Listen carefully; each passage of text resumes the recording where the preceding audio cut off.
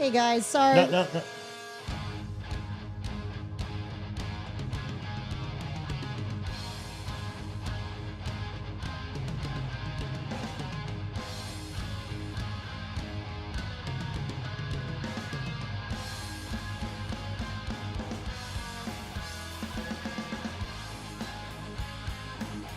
We're just doing a check on Wimkin to see if that's live.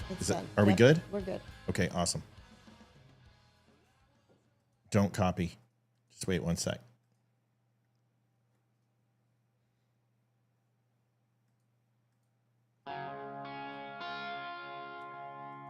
Hey guys, sorry, we had a power outage, so we had to reset cameras again. Of course, because every time it goes out, we have to do that. So yeah, we could donate another $10,000 to get a Generac power saver.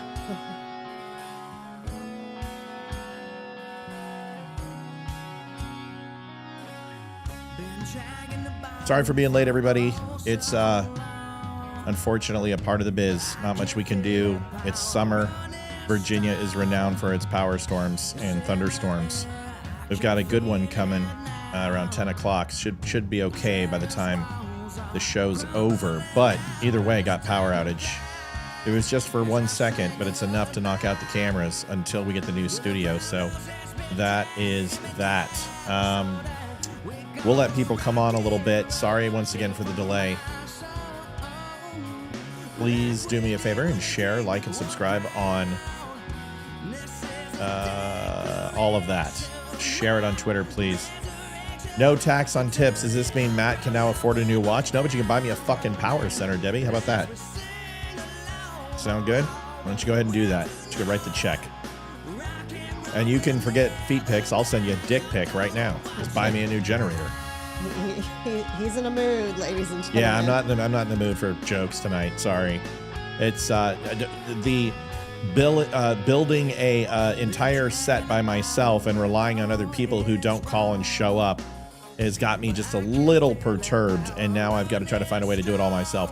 Welcome to my life. It's going to be okay. I'm not mad at anybody, but if you want to buy a generator, we can take care of that. Will a solar generator help? I don't know what that is. I don't think so. What's it's going to help is getting a new studio so I can run everything on a UPS, and we're going to make that happen. Talk to you guys soon. Be right back.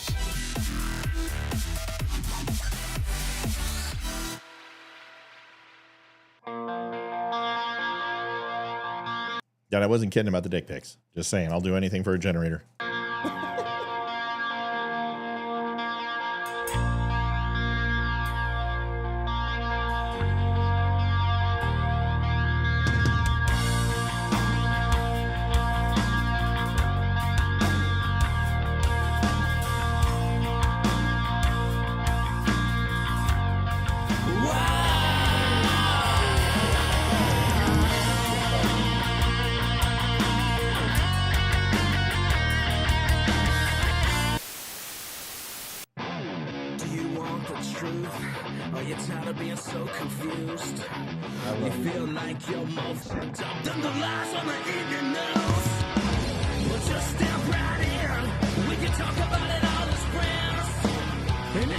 I wasn't in the mood last night, Elizabeth. You were just being an a-hole, so that's all.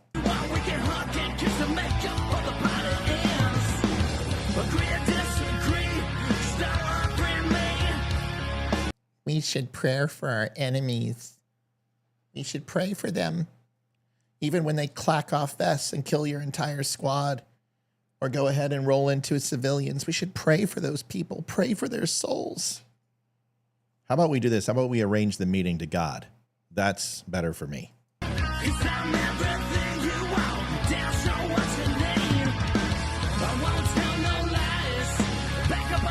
We should pray for the pedophiles.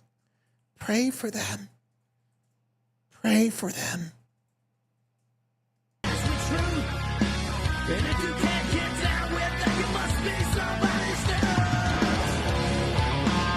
Pray for the rapists. Those rapists deserve to be saved. Let's pray for them. Pray for their souls. They can be saved by praying for them.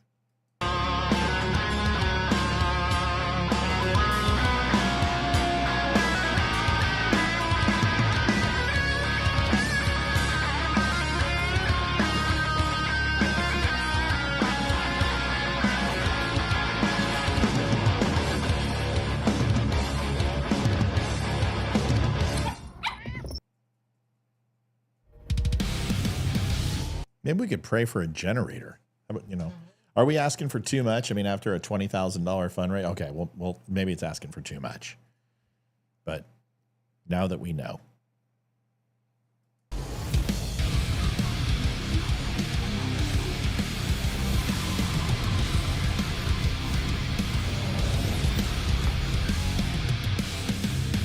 Yes, let's pray for Charles Manson and the Menendez brothers, too.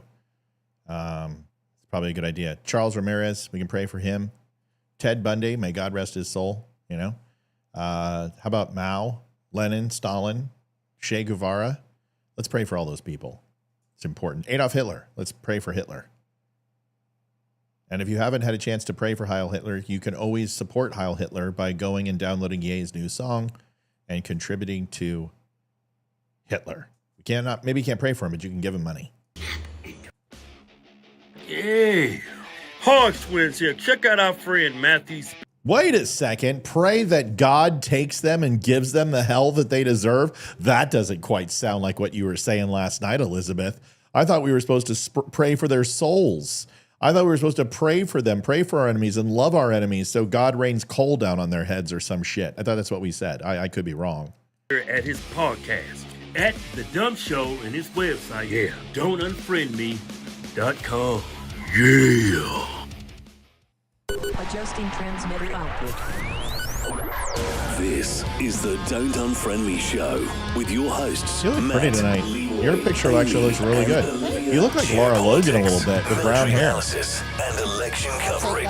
You Coming do. to you live on all Looks major good. social media channels at The I'm Dumb not Show. surprised. Looks good. Honest, direct, unfiltered.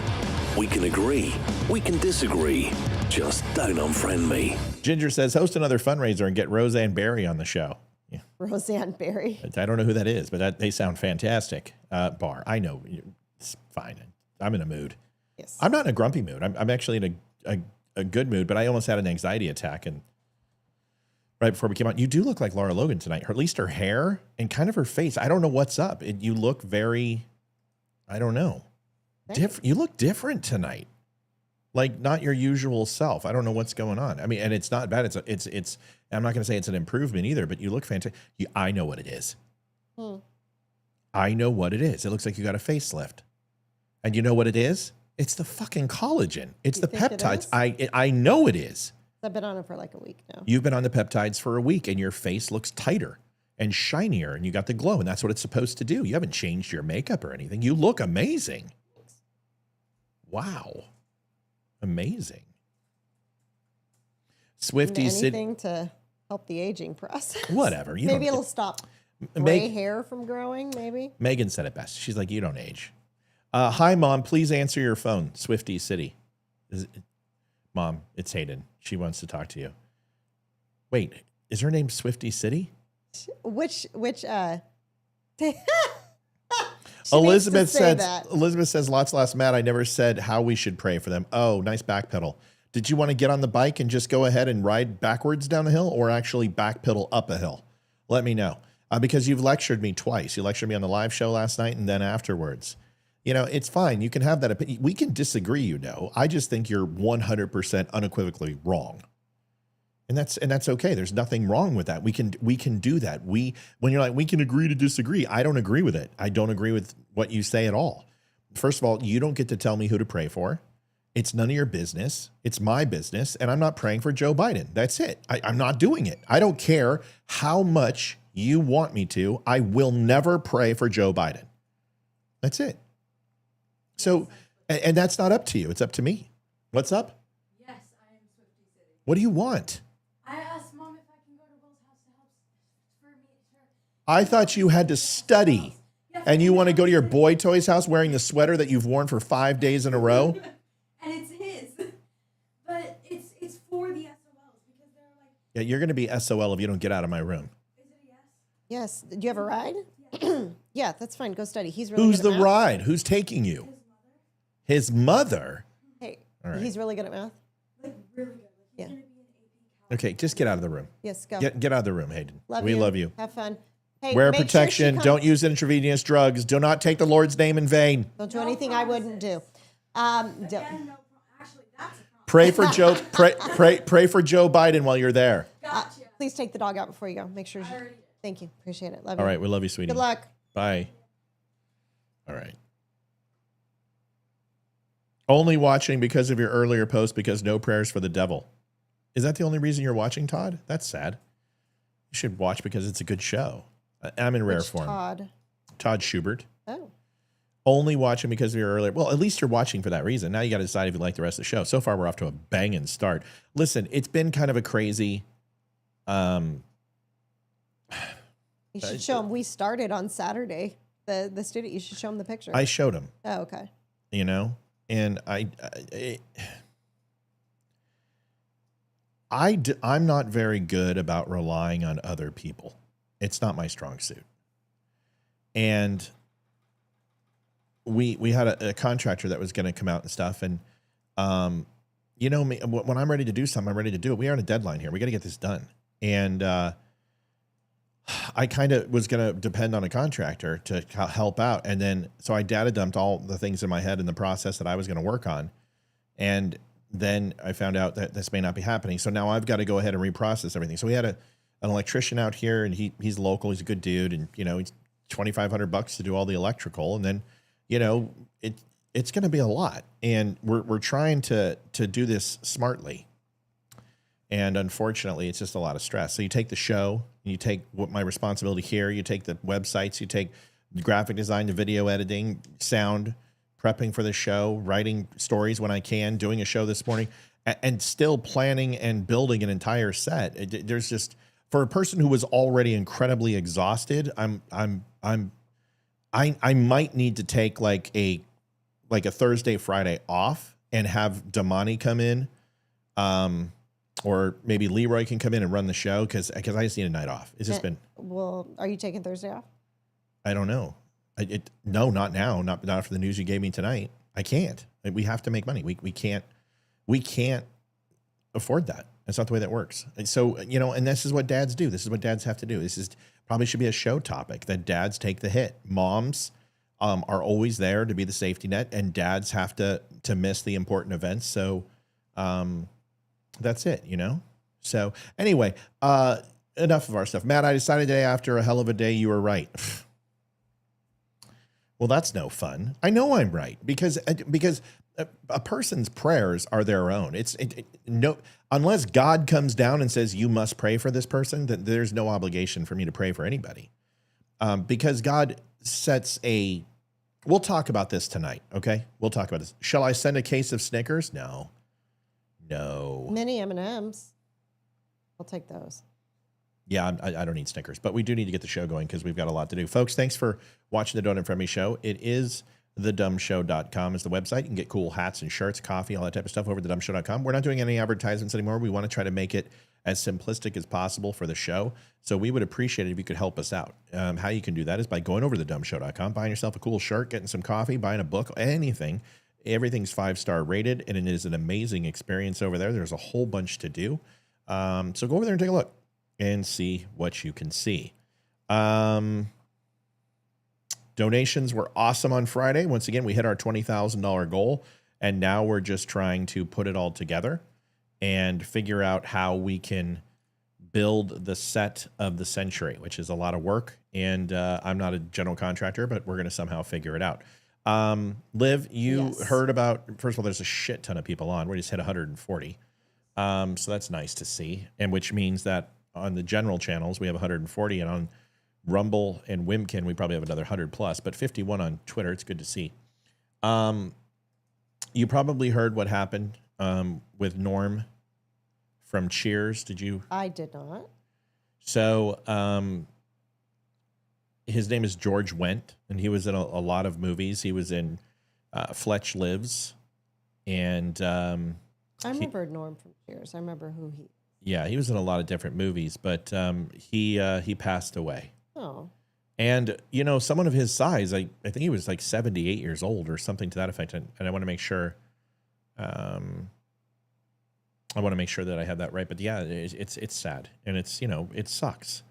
Life gets more and more complicated as we get older, and unfortunately, it's a part of life. You know, It's not exciting. It's not great. I'm not stoked about it, but it is what it is. And as we get older, we have to learn how to circumnavigate that. So there we are. So he passed away, and I'm sure he is in the bar in the sky.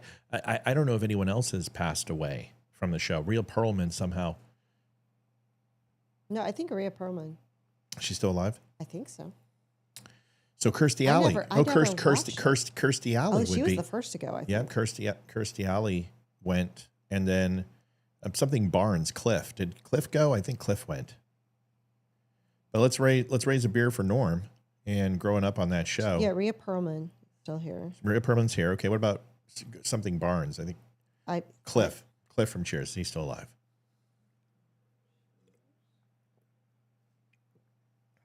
John Ratzenberger. I've seen him before on stuff. And is he still alive? I'm looking. Any time before last call. Yeah, he's still here. Okay, so Kirstie Alley and George went. So that's too many. What a great show. I never watched it. You never watched Cheers? Couldn't. Oh, I forgot who your mom was. I couldn't watch Cheers. It was one of the many shows I was not able to watch. And then by the time I moved out, it was kind of old news. So It's never old news. Cheers stands the test of time. I've watched a couple of episodes, but that's about it. I can't say that I have seen a ton. Same with Seinfeld. Well, everybody knows your name there. Yep. And it's Cheers for Norm. I do know the theme song. Well, yeah, because you probably had to learn to play it on piano for something. No, I never learned that one. Well, then how do you know the theme song? Because I don't know how to play it. I just know it. I know the tune. If somebody played it, I could tell you it's from Cheers.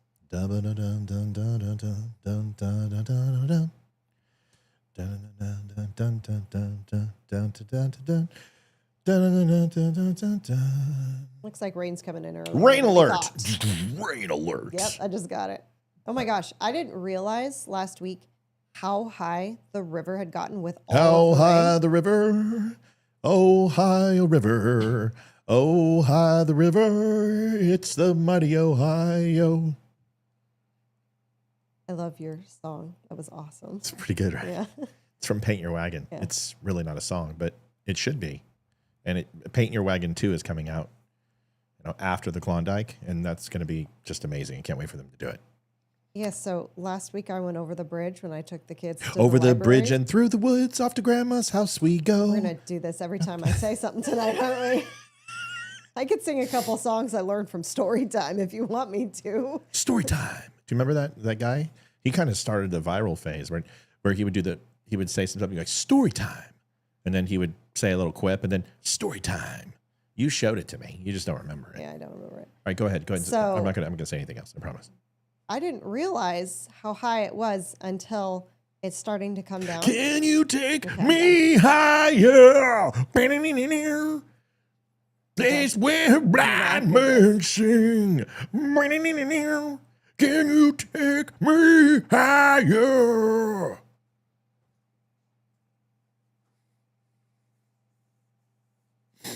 Yeah.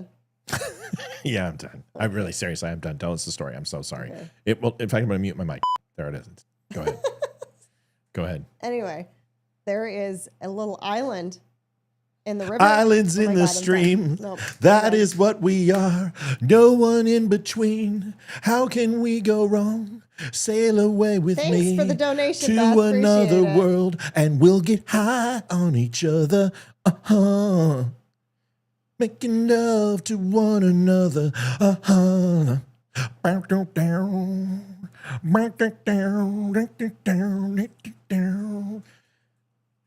Sail away with me. Dolly Parton?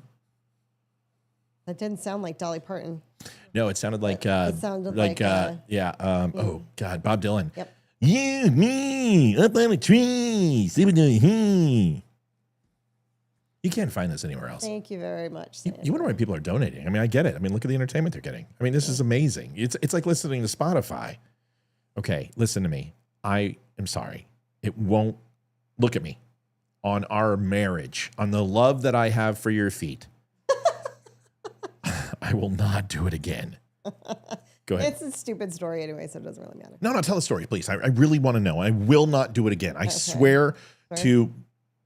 Because I got a song in my head from Storytime that maybe I'll start singing, and it's going to be annoying. Okay, go ahead. Hell. Okay, go ahead. So there's an island in the middle of the river, and it was gone last week. Completely gone. You're thinking. You're trying. I didn't do it. No, I got it. I got two songs, but I can't do it. But yeah, the entire island was covered with water. You couldn't see any of the trees, and now it's starting to come down. Like half the trees you can see. Where's this island at? It's in the middle. It's in the Potomac. When you go across the bridge, the Potomac's huge. So you're it's talking about the overflow. Okay. Yeah, so it's huge. So the Potomac, it's just a little itty bitty, maybe like the size of this room, and it's got some trees in there. Well, is it like Rock Island? Yeah. I'm not going to do it. I'm not going to do Jethro Tull. I'm not going to. Normally, you can actually see the rocks and the ground on it, but I mean, it was completely covered. I had no idea how high it was. Can I sing "Rocks in the Rivers and the Trees"? Sure. So basically, I do have a song stuck in my head. So what we're saying is we can't have any more water because it's funny. Our giant trees out front they're bronzing because they had gotten too much water. The type of tree they are, cypress something. They don't like a lot of water, and the roots are too wet, and it's getting pissy, and it's turning yellow. Yeah, it's turning yellow. Oh, JC, Matt mentioned feet. Listen, everyone should know I have a foot fetish. I do. But I also have an ass fetish and a boob fetish and every pretty much body part fetish. I'm sorry about the boob thing. Well, the boobs are great. Anything really more than a handful is what, listen, anything more than a handful is what people say to people who have small boobs is a waste. So it works. All right, let's get to it. We got a lot to do. That was a good intro. I'm sure people loved it. Oh, 162. Golden Dome, folks. Not Gilligan's Island. Sit right back. That was my second one. Just sit right back and hear a tale of a fateful trip that started on a tropic port aboard this tiny ship. Golden Dome, you may have heard of it. Sounds like something that somebody would pay for who has a urine fetish. But Golden Dome, Pete Hegseth went into the Oval Office today and talked about it with Donald Trump. And this is based off of what, Olivia? We all know why Matt's in a great mood. Do you? Why am I in a great mood? Because I'm stressed to no end, and I'm completely, absolutely... He's masking it with humor. That I'm, like, stretched so thin, I ultimately look like Karen Carpenter after a diet. Yeah. Anyway, Golden Dome is based off of what, Olivia? I have no idea, because I've never heard of it. Gross me out. What, a foot fetish? There's a laughy emoji next to that one. Yeah, I know, but that's not gross. What's wrong with a foot fetish? Nothing wrong with a foot fetish. I didn't say a toenail fetish. I didn't say like sneakers that have like 4 days with the same socks fetish. I said a foot fetish, but I have an everything fetish. Iron Dome. That is correct, Chef Lady. Congratulations on getting that. Yes, based on the Iron Dome that protects Jerusalem. It's a little bit different considering that Jerusalem, Tel Aviv, Israel, and the main areas inside of Israel are roughly the size of New Jersey. Little bit easier to protect an island 120 miles wide versus the United States, which is 3,200 miles some odd wide. And I would probably fathom a guess about 2,100 miles wide. That's just me doing the ratio of thirds. I don't know the exact dimensions. Well, I know from Texas to here, it's 1,500. So you're talking basically middle of Yeah, but you're also going like this. Yeah. You're doing a 45. Closest difference between 2 points is a straight line. I'm going to say 20 to 2,160 north to south, and I'm going to say 3,198 west to east. 2,800 miles. Wait. You said too fast. You either said 21 or 28. 2,800 miles east to west and 1,650 miles from north to south. It wasn't incredibly far. If the ratio was right, just the numbers were right. Only 28. I guess that makes sense because to California to Colorado is exactly 1,100 miles. And that's not even the halfway point. Yeah. So that makes about sense. Yeah. So about 3,000 miles. So it's actually like a 3 to 1.5 ratio, which is pretty much what I said, just off a couple hundred miles both ways. Cool. But anyway, the Golden Dome is what they're calling it, of course, because it's Donald Trump. Donald Trump. Yeah, so it makes complete sense. Here's the video, and it's listen. We're going to talk about it. It's an interesting proposition, and there's a lot of hope and wishing here, kind of like poop in one hand and wish in the other, and see which fills up first when it comes to the Golden Dome, because this is an awful lofty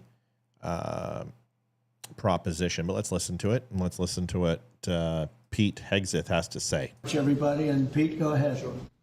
Well, Mr. President, add this to the long and growing list of promises made and promises kept. Ultimately, this right here, the Golden Dome for America, is a game changer. It's a generational investment in the security of America and Americans. Mr. President, you said we're going to secure our southern border and get 100% operational control after the previous administration allowed an invasion of people into our country. President Reagan 40 years ago cast the vision for it. The technology wasn't there. Now it is, and you're following through to say we will protect the homeland from cruise missiles, ballistic missiles, hypersonic missiles, drones, whether they're conventional or nuclear. It's not lost on me, sir, also that you had the vision to start the Space Force, and here we are when the others said we didn't need it. Here we are in the Oval Office with one of the leaders of the Space Force in General Gutlein leading the charge on putting in place a game-changing Golden Dome for America. So, sir, it's an honor to be a part of this bold initiative. We're going to get to work on it. We have been since you signed that executive order on January 27th. We've been fast forward on this. We're here on this day, and this is just one stop in delivering this defense of the homeland, which is something you've charged us with doing, and we'll keep going until it is complete, sir. Thank you, Pete. That'll be interesting. We'll talk a little bit about it. Mallory says, I think Olivia looks like Lara Croft from Tomb Raider. Yes, but probably Lara Croft from Womb Raider is what I was thinking. Are you talking as in? Who is it? Well, open the door. Let me see who this is. Open the door. Let me see who it is. I didn't. Ash ran. Did Ash go outside? Yeah. She loves Will so much. That can change. I can make that change. Make that change. Hurry up. Did you get her back in? Well, the dog's always difficult. Where is he? I can't see him. She's getting attacked by Ash. What's up, dude? How are we doing? All right, get out of my house. I will. All right, bye. Have fun. Be safe. Get smarter, Hayden. I know. I'm sorry. You got it from me. She sucks at math. So did I. So here's the thing with Golden Dome is you guys need to understand. An intercontinental ballistic, yes, that's the boyfriend. The intercontinental ballistic missile works a little bit different than what a standard missile does launched from a vessel or ground, even or aircraft, is that it ultimately reaches the outer atmosphere and then re-enters the atmosphere. And it would be fine and dandy if a missile system was to intercept once it hits into our atmosphere and is 7 or 8 miles up, but that's not the way a thermonuclear detonation works. A lot of people think it's the. She just laid down, Like and the entire house shook. walked. So most people think a missile comes in and follows an arch and then goes like this, and that's what a bomb does. But a missile actually is going to go up and uses the curvature and the spin of the earth to go ahead and wait for an opportune time to start dropping back in.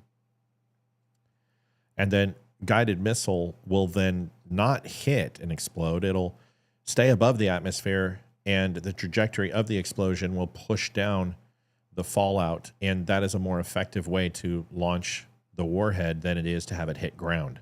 So you would launch it above? Yeah, you detonate it above the target. Interesting. Like how far above the target? It's a great question. So I can't go into specifics. Okay. But I can tell you that, let me explain why. Okay. Okay. So if I have a explosion that looks like that, a half circle, right? Okay. And if that's the horizon line, Mm-hmm. see that half circle? Yeah. Well, that's ultimately going to go ahead and explode from the center and push out and then make most of the bomb go up. You've seen a mushroom cloud. Yes. Base is very large and the mushroom is out. Well, instead of doing it that way, what if you can, with the explosion at a certain altitude, create a larger circle that will not have the confines of pressure, cold pressure, hot pressure, clouds, density, winds, everything else. And when it launches down, would then do this once it hits the ground, because there's nothing and no place for the energy to go. So where it goes up and balloons out and dissipates, this would go down and follow the Earth and ultimately kill a larger swath of people, not just from radiation, but from reaching a extreme temperature that would pretty much eradicate anything within the blast radius that is now 5 or 6 times bigger than what would be an initial explosion. Does that make sense? Yes, very scary. So now, well, it's not. It's just very hot and very dead and very instantaneous, and nobody would know. It would be us talking, and then we're done. We wouldn't know. We wouldn't feel it. It would just be over as fast as the flash of light. But it's the poor souls that are outside the blast radius who suffer burns or get irradiated or are blinded who are really going to suffer. And then even more than that are the people who have to live through that and somehow not find the sense of complete loss to end their own suffering. And then those people are probably going to be the worst of the worst who take advantage of the situation, or people who live like me and just don't need human contact to survive.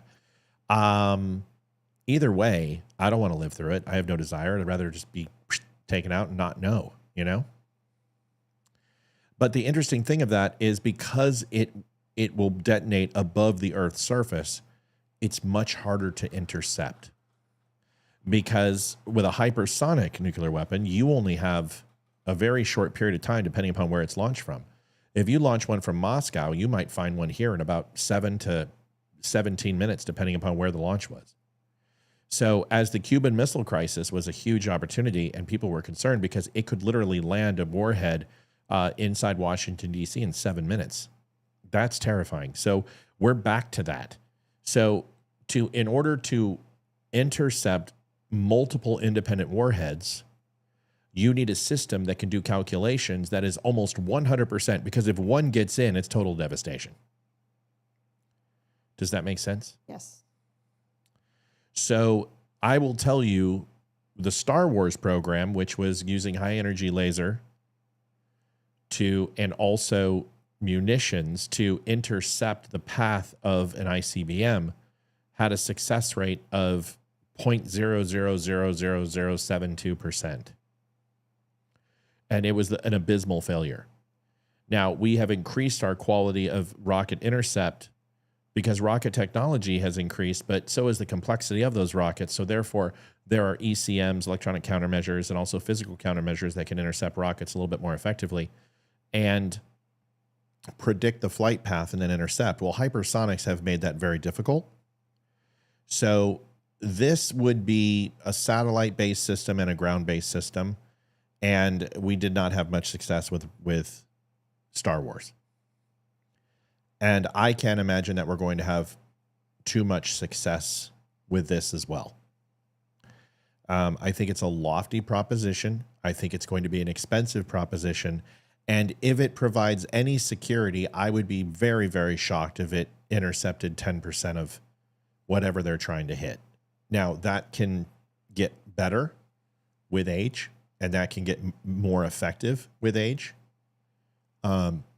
And the more we study and the more we practice, the better we'll get at this. But remember, the technology, the offensive capability is always going to be better than the defensive capability when it comes to this, because overall speed, and you don't have to get close. It's not horseshoe and hand grenades. Like, you just need to get into the general area of the continental United States, 30 miles inland, and you're going to kill millions of people. So they have to be right once or twice, and we have to be right 100% of the time. So would this be good for a singular entity? Sure. It's very possible to be very effective. Or a lower technology like Iran, which can basically go to like Mach 7 or Mach 6 with their missiles. It's actually lower than that, Mach 5, Mach 4. Sure, it'd be very successful. But if you get into a hypersonic number where it's 11, 12, 13, or 14, which some of these missiles are reported to be able to do, you might as well kiss your ass goodbye because we don't even have, intermediate-based rockets that can go to that speed. So a lot of this is going to have to be future-proofing technology. It's nice, but this is really a pet project that I don't consider going to be coming to any massive theater near us anytime soon. I think this is a decades-old project, and by that time, there might be something completely new. Does that make sense? It comes down to this. The biggest threat to the global security is not nuclear war. It's a singular nuclear weapon that creates a nuclear war, and that will always be it. I don't care how mad China gets or how Russia gets. Most people are not going to start a global nuclear war out of spite, and that's just not. It's not really going to happen. Did this just start? No, we've been doing this for a little bit. We're kind of BSing a little bit at the beginning, Hillbilly. James says snail mail is on its way. Thank you, James. Good. We sure can use it, and we appreciate it. So far, donation, $16.45. A little bit of a slow start, but that's okay. We got a lot of people on. I expect it to increase. Tax on tips, Liv. So luckily, Social Security, we're a few years out, right? Mm-hmm. And as far as tax on tips, it looks like that just passed the Senate. And here's the thing. This is the first time I've ever seen a vote so strong. I think the unilateral support of Ukraine was like 100-0, or at least like 99-0 with one absentee voter. But this was 100-0. As it should be. Every single senator passed the tax on tips bill. And this was a standalone bill, which is what we're talking about. Which is what they need. It's what we've been saying for so long. And this is what Eli Crane and Matt Gaetz and Chip Roy and everybody else have been saying. Even Lauren Boebert said it. Actually, she just said bing, bing, bing. But everybody else has been saying tax on tips and single issue bills. And this is how we need to do it. This is how things will get passed. It's yes. Shoving stuff in there that doesn't need to be in there. Whoa, hey, come on. Sometimes that's fun. You're talking about Womb Raider again? You're right. Do you need some froyo tonight after the show? Oh, that sounds like a great idea. I need sex too. Sex, and we can make this a duopoly. It could be froyo sex. We can have sex with the frozen yogurt. I'm down. Doesn't sound too I'm willing to try anything. Don't knock it until you try it. Remember what you used to think about anal. So moving on. Matthew Owens. It's a lie. They know it's a lie. They know. Look at you. You're a princess. Your mom knows better. Come on. Of course we wouldn't do that as far as you know. Anyway, so the thing that my mom's working tonight. Street corner. Make some money. So tax on tips. What does this mean for us? Well, we don't know yet because we haven't ironed out all the kinks. But Matt's full of beans tonight. Maybe. We're going to talk about Bongino. Hang tight. We'll get Bongino. I promise. Hillbilly. But tax on tips, this is a huge thing for us because we survive on donations. This is a huge thing for us. So donations are tips. And we've talked to our accountant, and she agrees with us. And if we don't have to pay taxes on tips, our entire lives just changed. I mean, you're talking $50,000, $60,000 back in our pockets, which gives us a lot more room to build and expand the show and have a lot more operating costs. And we're excited for it. So, hey, can you show me the code so I can get into PayPal? Someone said they donated and I'm not seeing it. So I want to, this happened a couple of times last week where it didn't show up on email. So is it a 4-digit code? 6. Sorry to interrupt the show. No, you're fine. It's going to be the bottom one. Let me know if that worked. We had to get an authenticator because we started putting quite a bit of money in that bank account because you guys are freaking awesome. So we had to start protecting our accounts because, yeah, there's a lot of fraudulent activity on there. So this is a huge benefit for waiters. This is for, Anybody who's in the food service industry, anybody who's into plumbing and blue collar works, are donations considered tips? Yes. Yeah. We're not a 501c3, so donations isn't even what this is called. I am going to change it to thedumbshow.com/tips, just to be, real smart about it. But everyone can benefit from no tax on tips if you're in that type of industry. And this is huge for us. And we're so very grateful because this gives us a huge opportunity because they take 40%. I mean, this is considered a bonus. So they tax the crap out of us when it comes to these tips. So this would be huge. Here's the video. Senator Ted Cruz got up there in the Senate today and had some things to say about it. So this will kind of help put it in perspective. Let's give it a listen real quick. And if you have not had a chance to donate to the show, this is a great time to do it. Hey, real quick. So this has happened a couple of times in the last couple of weeks where someone donates, but we don't get the email notifying that they donated. Sometimes it takes some time. So if you donated and you haven't seen it and it's been like 30 minutes, let me know so I can actually just check this. Yeah, and I have notifications, and Liv, you can turn PayPal notifications on. I usually get them. Like I received one that Beth Hall gave some. Yes. Have we put that one in yet? She's been in, yes. Joe, thank you. I did not receive Joe's. That's what I'm saying, is he said, and it was in there before Beth Hall's. It was donated before then. Okay, well, let's keep it. It's happened a couple of times. Hey, folks, if you don't ever see us say thank you, it's because we didn't see it. So please let us know. And yes, praying for Trump. I'm with you too. Here we go.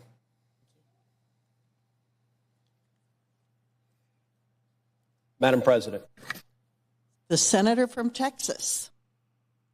I remember as a kid in Sunday school thinking what it would have been like to live in Israel in the age of the apostles, in the time of miracles. And yet, perhaps we have been transformed to another time of miracles. Yesterday, I was at the White House where President Trump signed into law bipartisan legislation. Thank you, Hillbilly. We appreciate you, man. $9.99 through Super Chat. I dig the channel. Well, we appreciate you. Thank you for doing that for us. That means a great deal. My legislation, the Take It Down Act, that I authored with Senator Amy Klobuchar. We need to add $9.99. Hillbilly gave us, it's already been, you don't need to splash it. Just put it in. Protect women. It's actually YouTube, so it already popped up. We're good. Protect teenage girls. Protect young people online from non-consensual intimate images. We saw both parties come together and pass landmark legislation. And just a moment ago, 24 hours later, we saw the same thing happen. And so I thank my colleague from Nevada for moving for this to pass by unanimous consent. And I want everyone to reflect on what you just saw happen because it is consequential. Last year, in the midst of the presidential campaign, President Trump at a rally in Las Vegas announced his policy proposal of no tax on tips. And, Madam President, you will recall the week after he announced... LaDonna says donations are not tips. You will be in trouble. That is not what my accountant says. So I'm going to listen to my accountant, LaDonna. Sorry. Announced that he came and had lunch with the Republican senators. And he told us the backstory of where the idea came from. He said he was sitting at a hotel in Las Vegas, getting ready to go to his rally, and he said he was having lunch there, and he said a waitress came by, and he said she was beautiful, which I believe him, and he said she was complaining about the burden and the paperwork of paying taxes on tips and how challenging it was, and he said he pulled out a pad of paper and he just wrote on the pad of paper, no tax on tips. He said, what do you think of this? She said, great. And he went to the rally and he announced it. And as he told us, the entire crowd went nuts. I want to make sure I understand, or I make sure LaDonna understands, because I don't like people accusing me of doing something illegal. A donation is specifically designed for like a 501c3 or a charitable contribution. We don't take donations. We can't. And because we're not classified as a 501c3 or a charitable contribution, even though we use the word donate, they are still considered tips. Any online streamer, platformer, everybody, they all depend on tips unless they have a 501c3. Now, just because we give 10% of everything that's donated to us, everything we sell, every bit of advertising to Travis Manion Foundation and other charities, that still does not mean that we are a 501c3 classified. And we have no intention to be a 501c3 at any time in the future. So these are classified as tips. It is a contribution given for a service, and this is a service that we provide for people to participate and then tip us accordingly. So we are 100%, we fall within the parameters of this tax code, and we will be filing accordingly the proper paperwork. We have to declare how much we made in tips. There probably will be a limit, but either way, just like if we pay into Social Security, the reverse will be true, is that they will then hold taxes until that threshold is eclipsed, and then we will have to pay. That's my understanding, but I haven't heard a number yet. So as soon as I hear a number, I'll let you know. But we're not doing something illegal, and I don't appreciate the insinuation that we're going to get in trouble.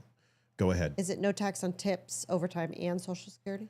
Right now, Social Security is being proposed for a $4,000. This is in the big beautiful bill, which basically comes down to about $860 for 22%, and 12% would be about $375, $400 deductible. So even though it says $4,000, it's a deduction. It's not a up into these $4,000 are protected. That's not the way it works. It's not like you're going to get $4,000 written off. That's not the way a write-off works. It's going to be a percentage based upon your overall tax status, which is 22 or 12% on Social Security. So it comes down, like I said, simply $860, and then $375, $400 for 12% payers. As far as you said, Social Security and what else? It was overtime. Overtime is proposed in the big beautiful bill. This has not been. That's it. It's not. It's in the big beautiful bill. It's not in a singular bill yet. We hope they do. I would love for them to push through overtime. Bonuses. Just curious about that too. About bonuses. Mm-hmm. Bonuses, I don't believe were ever included on tips. That was never clarified. If they did, that's a lot of tax revenue considering CEOs and everybody who qualifies for a quarterly or annual bonus. Yeah, they were always taxed at like 40-45%. Yeah, and so are donations. Norm's job was an accountant. Isn't that ironic that Matt is talking about his accountant? Oh, yeah. I guess, yeah. My understanding, based upon the writing of this, though, is that it's most assuredly what we receive are tips. That's my understanding. Of course, if there's an accountant in the building that wants to disagree and there's a CPA, you can let me know. Tell me what your thoughts are. Because my accountant says she feels very confident that she can get this pushed through and waived. I got to say, when he announced that policy, I thought that was policy genius. Roxanne, it is a $4,000, but it's the way tax credits works are a little bit different. It's not a $4,000 deduction on what you owe. It's overall a $4,000 credit. And how that $4,000 credit works is it goes into your overall as a percentage of your overall income based on your tax bracket, whether that be 22 to 12%. If you're paying a 22%, you're going to save about $860. If you're paying 12%, you're going to save about $375 to $400. That is how it works. I know that seems a little bit deceiving, but it's not like a child tax credit. You're not going to, and even a child tax credit doesn't do that. You're not going to remove, like say you owe $8,000, you're not going to all of a sudden owe $4,000. You're going to owe $7,200 instead. It's really not what it sounds like. It's no tax on Social Security is something that's needed. The average person on Social Security makes about anywhere from $37,000 to $42,000 annually. The 12% bracketers are anywhere from $22,000 to $24,000, $25,000. That's a lot of money. So if you're paying 12% on that 24, you're looking at $3,700 in taxes. If you're making it on the 40 and you're paying 22%, you're talking maybe $10,000, $12,000 in taxes. So no tax on Social Security would be a huge benefit to Americans, and I believe they shouldn't have to. They've already paid it. And then as far as no tax on tips, I agree with it. And then also, what was the other one? Overtime. Overtime pay. I think I still think you should have to pay taxes on overtime, but that's neither. I just don't think it should be taxed at 45%. Right. I don't either. I don't think it should be taxed. Yes, the normal rate. Normal rate I agree. of tax for OT. I mean, completely agree with you. Completely I agree. understand you're getting time and a half, but that's the point of OT. Is to I make more agree with money. you 120,000%. I could not agree with you more. I don't think you should be punished for working harder. Exactly. Yeah, I'm with you. But I do like the tax tips. I hope Social Security, they figure out a way to do this. I think a single issue bill might have an appetite, and maybe it's not a 4,000 credit. You know, maybe what you do is a $2,500 flat deduction off of your taxes or something, because it's not fair for older people to have to pay twice. And that's the thing. They pay it when it's going out. They pay it when it's coming back in. It's crap. Here's the rest. It's like when somebody buys a house and pays taxes on that house, and then they pass and they give it to their children, and those children have to pay estate taxes. The property's already been taxed. Yes. It's like the government is double and triple dipping into stuff. And it's more than that. Completely rotten. Don't forget the death tax. Don't forget the inheritance tax. Don't forget sales tax, property improvement fees. Yeah, you shouldn't have to pay tax because your loved one died. Seriously? Right. It's just ridiculous. Don't you think the family's going through enough? Yeah. I understand the government likes their taxes, but why are you taxing the dead? Hey, James, if I fly you out here, do you want to come and do the room for me? I'll fly you out. I'll put you up. I'll feed you. And James at GC? He's an independent contractor. So if you can do whatever, just let me know. If you're anywhere close, I'm looking. Anyway, let's watch the rest of this. We got a lot to do. The next week, I drafted legislation to implement no taxes on tips. And I introduced it in the Senate the very next week. And within days, both senators from Nevada joined my bill as co-sponsors. As the senator from Nevada just described, she told me on the floor, she said, 25% of all workers in the state of Nevada are tipped workers. And this is common sense, bipartisan tax reform. Look, I think we ought to be fighting for waiters and waitresses. We ought to be fighting for bartenders, taxi cab drivers, Uber drivers. We ought to be fighting for beauticians and nail salon workers. We ought to be fighting for all the men and women who are working and working hard. We ought to be fighting for casino workers. Sorry to leave them out. As a longtime poker player, I certainly don't want to leave them out. But we ought to be fighting for blue-collar workers across this country.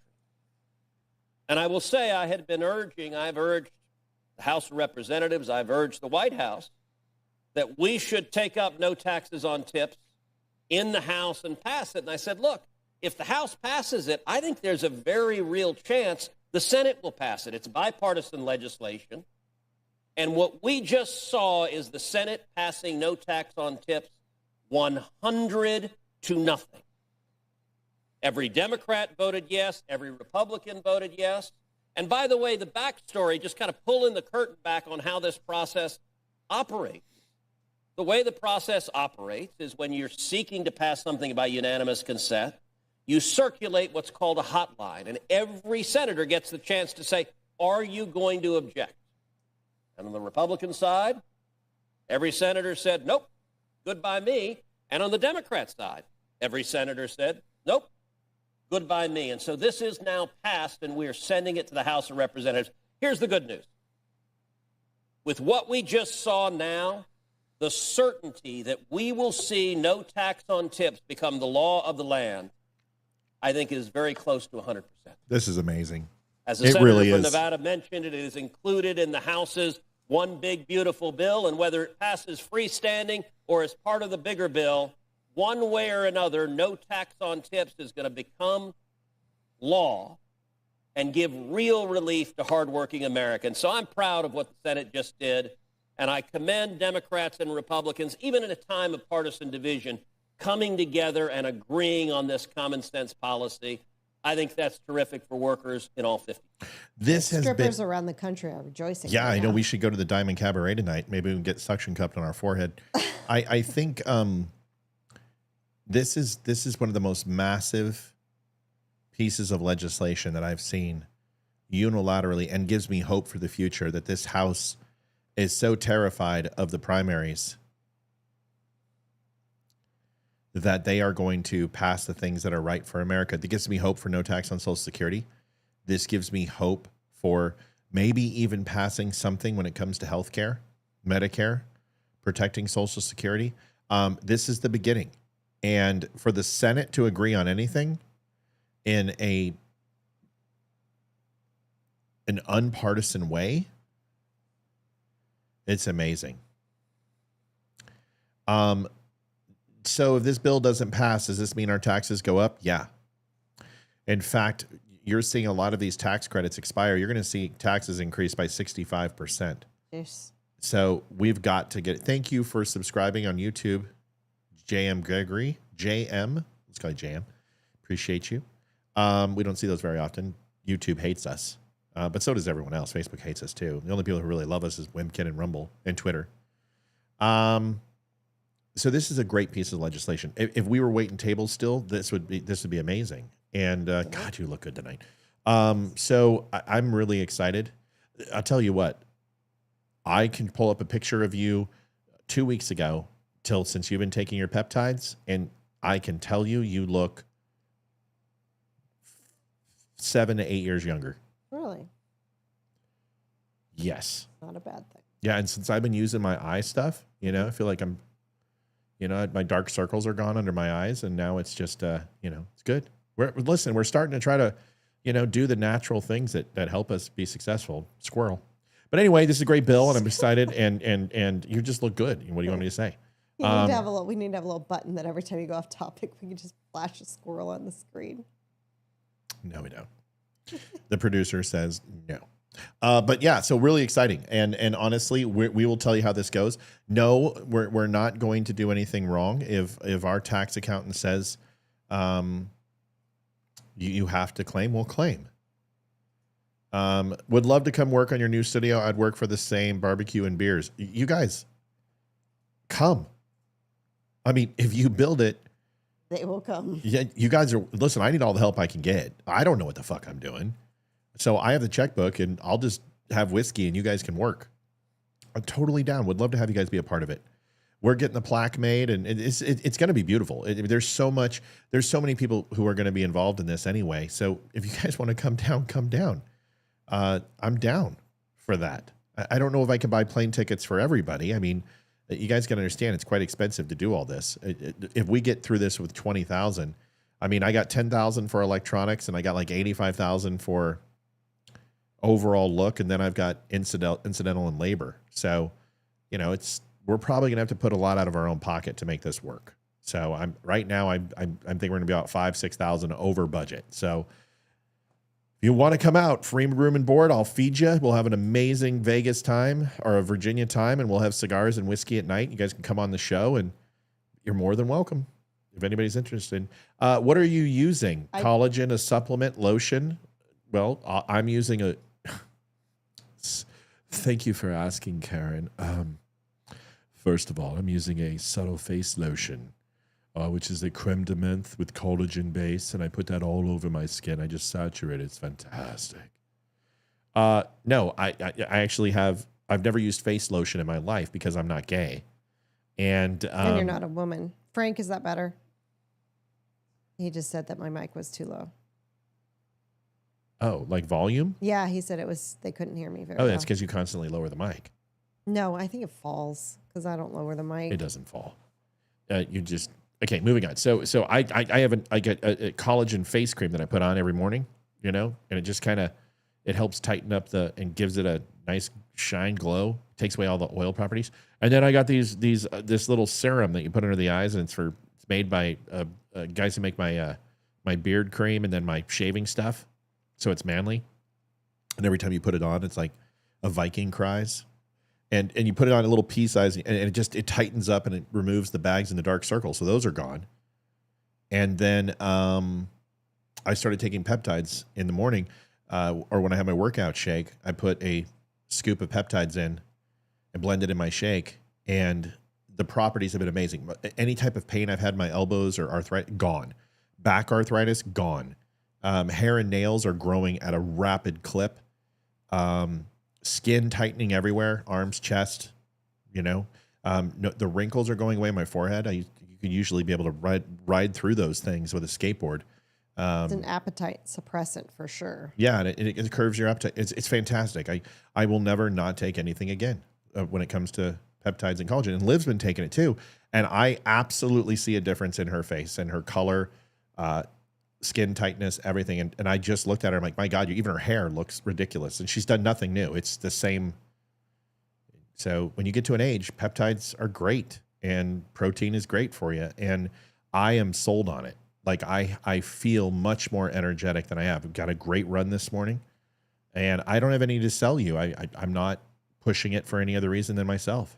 What brand of peptides? I already told her. It's what is called it? Bulk supplements. Bulk supplements. It's on Amazon. It's great. It's cheap. $33 for 33 servings. Yep. And it dissolves instantly. You can't taste it. You can put it in your oatmeal and put it in your coffee, put it in your shakes. I put it in my coffee. Yeah, it's fantastic. I just cannot tell you. Where do you get it? Amazon. Oh, tuner. Sorry about your Leafs, buddy. Yeah, but listen, what can you do? Austin Matthews said it best. It's He's that like, second round. no, just leave him alone. He doesn't need to hear that. He doesn't. I'm sorry. It sucks when our hockey teams lose. It like literally you go into a state of moratorium. I get it, and I'm sorry about the Leafs. And now we just hope that Edmonton beats Dallas so they can lose against Florida or Carolina, because I don't want a Canadian team to win it. Sorry, I'm back to that. Anyway, let's move on. Peptides going. I'm telling you, if I could sell them, I know Chad Prather sells them and he sells them for like $300-400. I mean, there's some peptides out there that are $500-600 a bag, and that shit, you don't need that. This stuff, I have noticed myself, just my skin, my color, overall tightness, 10 times better. Chin, a lot tighter. I've got puffy cheeks, and I've noticed, they're not as puffy, and it is an amazing thing. So try it. Okay. Michael, I'm sorry you're in the hospital. Maybe I'll start selling peptides on there. I don't know, but honestly, I don't believe in that supplement shit. I just take stuff that works. Like I will take creatine for the rest of my life. I will never not take it. Like I had no idea the benefits of creatine as a weightlifter. Now, the gains that I've had are just ridiculous. Olivia will tell you, it's insane. So creatine, and I'll take peptides for the rest of my life. Fantastic. All right. Appreciate you guys doing that. We got a commercial coming up. We're at $27. We've got to get a commercial in. Here it is. The Dumb Show is built on real conversations, raw, unfiltered, and fearless. Big tech didn't like that. Facebook pulled our funding, tried to shut us down. But for over a year, you, our incredible viewers, have kept us going. Your support, your donations, your time, it all matters. Most of you spend 10 plus hours a week with us. Compare that to Netflix, maybe 5 hours a month. We believe we're worth that time. And we hope you do too. But listen, we don't want giving to feel like a burden. We want it to feel good. So take a second to ensure you're in a good spot. If you're in a place to give, that will be amazing. If not, just liking and sharing helps more than you know. Visit thedumbshow.com/donate. Whether it's PayPal, Venmo, or mail, every bit helps to keep us going. Dumb Nation, we appreciate you more than words can say. So it looks like I'm going to bulk supplements. You better give me some fucking royalties for this. It's bulk supplements. Bulk supplements. It's an orange guy on a bag. Collagen peptides powder. We order the $32.27. 90 servings per pack. That's a little misleading. It's actually about 33 servings. So it lasts about a month. You have one a day, and you just do a quarter cup once a day. Put it in your oatmeal. Put it in your coffee. Put it in a shake. You can even put it in your water. It doesn't matter. I think next time we order the 455 servings, Mom, because that's like 161, and that's really a good value. But you can also subscribe and save, and you can save 5% off right away. But it delivers on Thursday, and it is absolutely changed our lives. So it's bulk supplements, collagen peptides. We don't make a penny off that. I don't even know the company. But $33. It's $1 a serving. So for $1 a day, try it out. And listen, order the small bag. It's $13. You get 9 servings. $13.20. You get it for 10 days. And I will tell you, can I just be honest too? Olivia is like hornier than a 10-peckered owl too. Just telling you. Like hoo-hoo. Hoo-hoo. Hoo-hoo. Like the female responses are ridiculous. Like I feel like I'm playing slip and slide. like proverbially all summer long. It's fantastic. So Olivia's been, sorry, honey, did I embarrass you? A little graphic there, dear. No, like slip and slide, like from a fun, oh God, Liv, no, not like that. Like from a fun value. I guess I should have said it's like it's like playing Twister. That's kind of graphic too. We do that. It doesn't matter. The point is, it's been fantastic. It's been fun. It's been fun family entertainment for the whole time. So take peptides and have a lot of sex. Cool. All right, moving. Not that we didn't have a lot before, but now it's like more enjoyable. Just digging a hole. Digging deeper. Just move on to the next topic. I don't know if I'm digging it deep. Okay, moving on. So there you go, folks. I hope that helps. I hope that answers some questions. Kirk Cameron. You know how I love Kirk Cameron. My favorite person in the whole entire world. I love him so much. Tuner says, telling my wife now to order the mega pack. Sherry goes, oh hell, then I'll need a blow up doll to go along with that. It's not a sexual stimulant, but what it is it increases the natural hormones in the body, the good hormones. It helps testosterone in men. It helps estrogen in women. So it produces the natural. It's just kind of a Kickstarter for your body. That's it. And it's amazing. Like I have no complaints. Like, and I'm very, very. It's, you know me. I'm very critical of what I recommend and what I don't recommend. And Chad Prather got me into him. He doesn't know he did, and so I started seeing Chad's transformation. And Chad's a little guy, but he was getting a little pudgy and puffy, and he started taking him, and I was just like, holy shit, dude, like 10 years younger. And anything that can help us feel younger and feel more energetic is a good thing. And look at Olivia. I mean, she hasn't changed her makeup. She hasn't done her hair. Come on, it's right there. Go look at 2 weeks video, and she looked beautiful then, but she had some dark circles and her skin wasn't glowing. Look at her now. She looks like a freaking model. We're going to be going. See ya. Adjusting transmitter output. I'm just kidding. So Kirk Cameron, the reason why Olivia and I take issue with Kirk Cameron, there's a couple of reasons. Number one is, do you remember his infomercial? Yes, I do. Do you remember what he said and how he said it? That you have to circumnavigate people's intelligence to get them to do what you want to do. No, in order for them to believe in God, people who did not believe in God, you had to circumnavigate their intelligence and go around their intelligence. I'm like, dude, that's so bad. You know what I'm saying? It's like you have to circumnavigate to brainwash them. Yeah, you have to brainwash them and be Machiavellian in your design to get them to believe in God. I don't appreciate that. Now, listen, I'm not going to knock on Kirk Cameron because there's a lot of things that he's done very good, very well. He brings the word of God. I believe he's a true Christian. I have plus his wife's hot. I have no problem with who he is. I just didn't like that very much. But I do have a problem with this message. And I understand what he's trying to say, but it just comes across as Kirk Cameron-ish sometimes. And he says things. And here it is. And you guys tell me what you think about this. See if you picked up on what I picked up on. You probably won't because I just kind of see these things. But here it is. Does Trump's behavior square with Scripture? Does Trump's behavior square with Scripture? Here's the way I look at this. We didn't elect a pastor of the United States. We don't have such a thing. We don't have like a spiritual leader of the United States of America. What I like for our president. Yeah, we do. Yeah, we do. Every administration has a chaplain. But whatever. To be a man. It's called Jesus Christ, if I'm not mistaken. Deep, abiding faith in God and great moral character. Of course. In fact, I'll shut up. I'll let you hear this as his answer. Square with Scripture. Here's the way I look at this. We didn't elect a pastor of the United States. We don't have such a thing. We don't have like a spiritual leader of the United States of America. What I like for our president to be a man of deep, abiding faith in God and great moral character. Of course. In fact, I think that our long-term future health and stability depends on it. But when you look at the alternative to electing Trump, I think the alternative would have undoubtedly, unquestionably sent us down a road of irreparable damage and over the cliff, losing all liberty and potentially ever being able to recover those things that my grandfather fought for in World War II and that our founding fathers and mothers died for. Does Trump's behavior... Did you pick up on what I picked up on, or no?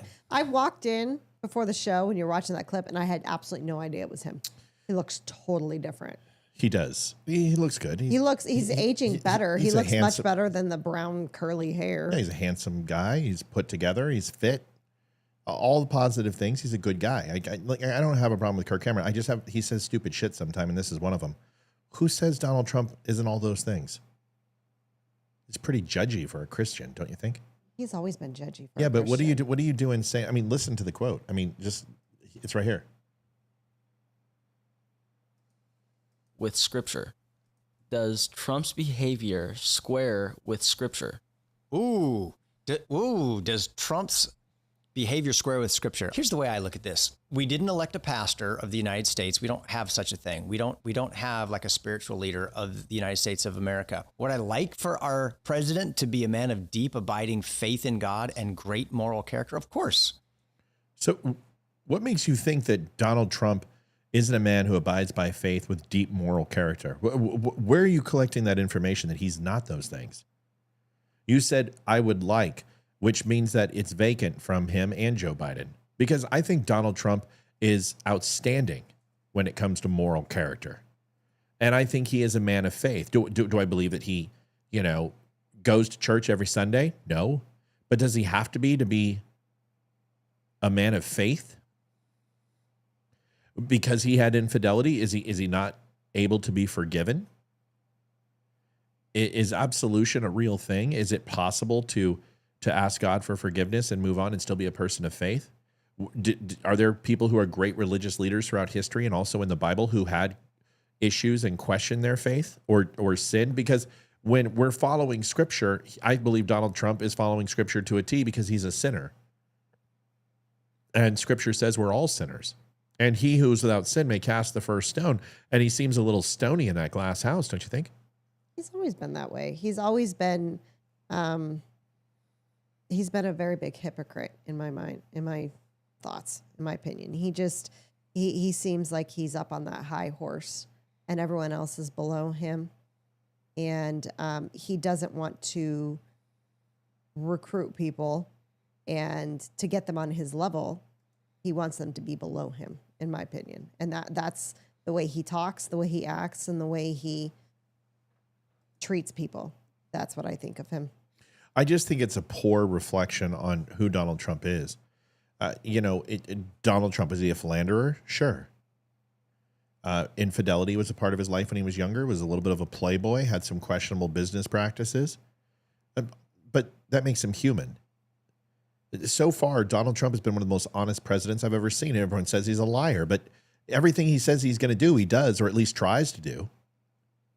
He always seems to be upfront to a fault. This is how he gets in trouble with good people on both sides, even though it's not what he said, or, injecting bleach, which they spin and turn around into something that it's not.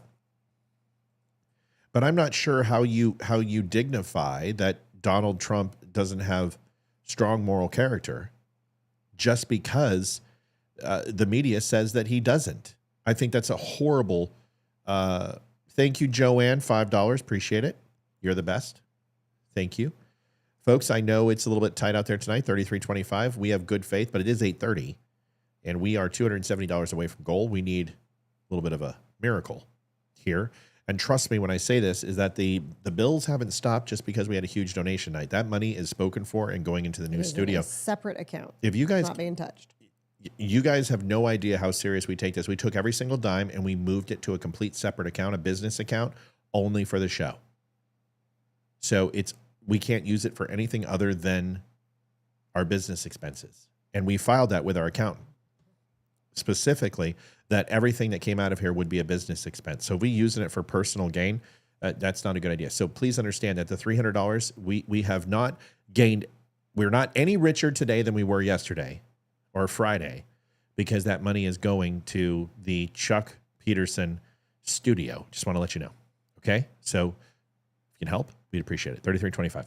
But anyway, my point is this, is I think Kirk Cameron didn't mean to say it like that, but I don't think he means to be as condescending as he is on a lot of things. And I really wish people would stop saying this, that Donald Trump somehow lacks moral turpitude and moral fiber. And because I don't know if you've looked at all the presidents who've served over since Reagan, and most of them, even Reagan had his own issues. So I take umbrage with that. And who is to say he's not that? It's certainly not Kirk Cameron's place.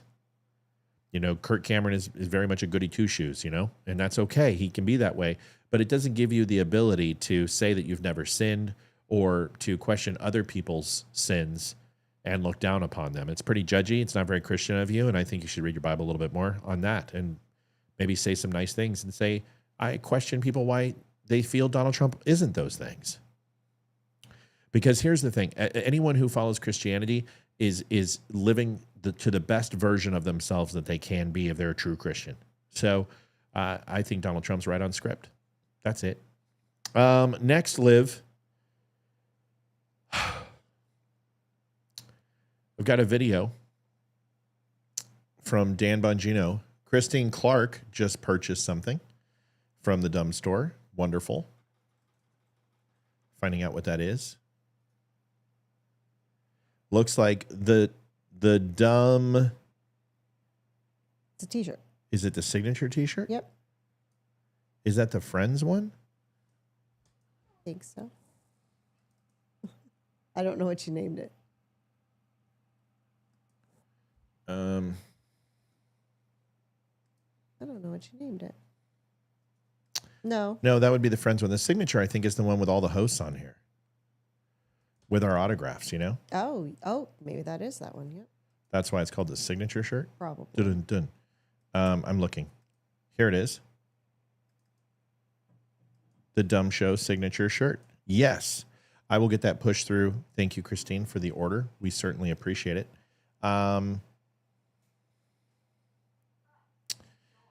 Yesterday, I talked a little bit about Dan Bongino and Kash Patel and saying how I was a little frustrated with them coming out and saying that Epstein didn't kill himself. Okay. And it seems to me that they are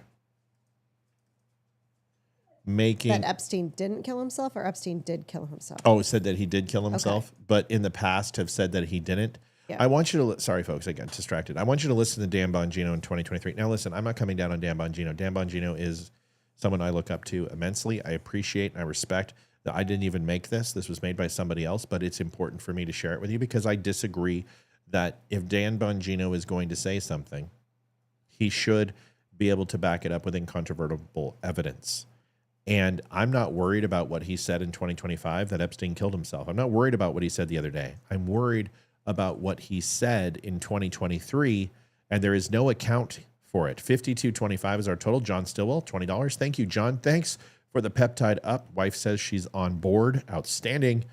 Get ready for some anti-chafing cream. You can order that at Amazon too. Here is the video, and I wanted to make sure I followed up. I was pretty hard last night on Patel and Bongino because they both have espoused so many things that weren't true. If this 2025 video is true that was out here yesterday, and I think y'all agreed last night pretty much, but I'm going to show it to you anyway just to make sure I back myself up. Here is episode 2001 on May 1st of 2023. You can see how much healthier Dan looks now versus his bout. That was shortly before cancer or after? After. Okay. No, before. Before. Yeah, so he looks much better now, much healthier, and I'm so glad he is, but here it is. Listen. Gloria McDonald says, love the show, very informative, but can't help right now. Pray you reach your goal. Gloria, thank you so much. You never have to apologize for that. We always ask people, if you can, great. If you can't, don't worry about it. The show is free for everyone. We just ask that the people who can. No problem. You don't ever need to apologize for that, Gloria. By the way, cute puppy. Here is the video. That Jeffrey Epstein story is a big deal. Please do not let that story go. Keep your eye on this. Catherine Rumler, we need to keep the heat on this case, folks. There are a lot of people who are knee deep in the Washington swamp who are not telling you the truth about serious allegations out there that Epstein may have had video and audio of people out there doing things they shouldn't have been doing. And you should be asking yourself the question, how is it that all these people, the CIA director, the Obama fixer, Bill Clinton, all intersect? Debbie, you are not buying me a generator, and a Generac generator, a good one. We have a generator, But a backup generator, which means if the power goes, it stays and doesn't cut off. They're super expensive. Oh, we looked at one when we were in Texas, and I'm like, I'd have to sell my firstborn child. Debbie, we will get there, and that is our responsibility. If you want to help donate to the show and help us hit goal, that is fine. But don't worry about a generator. That's very nice, and you don't need to sell anything. Thank you. And you're probably kidding, but please don't. We can do that ourselves if we really need it. It passed with Jeffrey Epstein. Jeffrey Epstein isn't with us anymore, and nobody seems to want to talk about it. Outside of a few entrepreneurial media outlets saying, hey, this is a big deal. He killed himself. You want me to get, I've seen the whole file. He killed himself. Listen, that Jeffrey Epstein story. So it's interesting because it goes on for a lot longer than that, but shouldn't there be a burden of proof? You 2 years ago sat up there and espoused that you were 100% certain that we need to pay attention. So we're paying attention. And then you come out here and say, oh yeah, he did it. He killed himself. I know what the excuse is going to be. Go ahead. He wasn't in the FBI and wasn't privy to those files. And now he is, and he's seen the inside of the files. That's the only thing that. Well, sure. And that's exactly what he said. And this is why I try to tell people, please stop with the conspiracy theory shit. Unless you have facts. Folks, when you don't have all the information, your brain wants to do some things. And the one thing it wants to do is fill in the gaps. Now, I know this from an intel perspective because I had to train my mind not to fill in things that weren't there. But trust me, when the nights are long and you're trying to solve a problem or you're trying to find a troop movement, or maybe there's a Hong SS that's been moved out of Polyarny Inlet and it's moving into the south and moving into Persian Gulf, you want to assume things to go to bed after you've pushed 29 hours straight. You have to train your mind not to fill the gaps. You have to train your mind to only deal with the information that you have. And this is a problem I have in my social life. And it took Olivia and a lot of trust, but early in our relationship, and I would always assume I knew what she was thinking when she was thinking it. And I would apply things that she didn't even do. Like there was times I had bad dreams at night.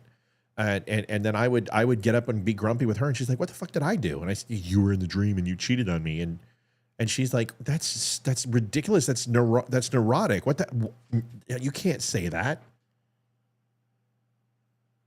And she just. The hell's wrong with a dog? Anyway, so. And once I solved that, now, but it was also with my job, is that like if my boss wouldn't talk to me, I would immediately assume the worst, that something was wrong. And whenever we would get hit with like a bill we owed, I would flip out, and so when things happened on the site in the last few weeks, Olivia's probably like, what the hell? Why are you so calm? And tonight I was stressed out to shit, but then I'm able to do the show is because, you ultimately have to learn how to handle things. And Dan made a huge mistake.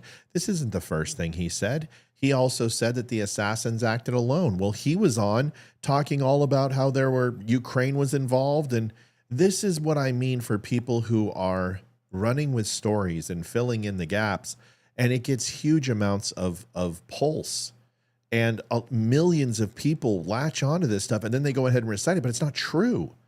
This is how the dumb show has done these things, like the Baltimore Bridge or Ukraine or Israel's reaction, Nashville bombing, whatever it is, the elections, the races, is that we don't add political spin into things. We look at it and we try to give you the most beneficial and accurate information that we can. And this shows that Dan Bongino has speculated a little bit without proof. And to me, that's dangerous. It's something that we don't like to do. It's something that we like to try to, when we're predicting something, we tell you. But when it's fact, we tell you this is what we know and this is how we know it. And it's either incontrovertible or it's surmising quite a bit of information that we don't possibly have. This is why people are now in a state of flux with Dan Bongino and questioning, do we trust him still? I think you should trust Dan Bongino. I think Dan Bongino has been very loyal and very honest with us. But I also think that Dan Bongino got addicted to being number 1 or number 5 on a podcast and wanted to get to a higher number and realized that placating to his audience's wants and needs was more important than being factual sometimes. And that's just unfortunately the way it works. Have I ever done it? No. And I never will. And that's why no matter if I have a producer or not, you guys, you know how many people I lost because I said there wasn't a stolen election? You know how many people I lost when I said Ashley Babbitt was guilty of breaking and entering? And yes, the guard overreacted by shooting, but he had a standing order to do so. Does that mean that there should be some sort of penalty for that? Of course. Does it mean that it was a travesty? Of course. But I lost viewers for those views. I lost viewers for my views on religion and questioning and challenging organized religion. Karen says, I believe Dan's speculation was accurate. It's interesting because Dan doesn't. So Dan refuted everything that he said on the 23rd. That entire video says, guys, there's no there there. If there was something there, we would tell you. That was his response. I don't know what she's chasing shadows. Our cats. I think the animals recognize that a storm's coming. So that's what somebody just said because she is freaking out over there. Yeah, you might want to check the storm advisory if it's red. So anyway, just something to think about it. But some people are saying, someone got to maybe the deep state got to Bongino. I don't think that's the case. I think truly that we want things to be simpler than they are, and they're not. So we add complexity to them, and that makes no sense, right? But the more we speculate, the more we fill in the gaps and refuse to accept the story, and we have a reason not to be trusting. I get it. I don't want to be trusting either. But if you believe Dan Bongino in 2023, then why don't you believe him now? You know what I mean? Yep. It just says a lot of rain. A lot of rain. Hopefully our tree lasts. Maybe the cabal got to Bongino once he got in that position, or he's now a lizard person too. Jay says Tuner Monkey's weird. He's not weird. Tuner Monkey's making a joke. When you've been around for a little bit, you might pick up on that our people kind of make fun of the QAnon people. Some of your best shows were analyze events as they were happening. For instance, when Trump got shot. Yeah, I think there was some good stuff that we did. Yeah. All right. Hakeem Jeffries, it's inappropriate to be discussing the Biden cover-up. My expectation. I mean, in not so many words, that's what he said. Listen to this. That President Biden is going to meet this moment with the courage and resilience that he's consistently shown.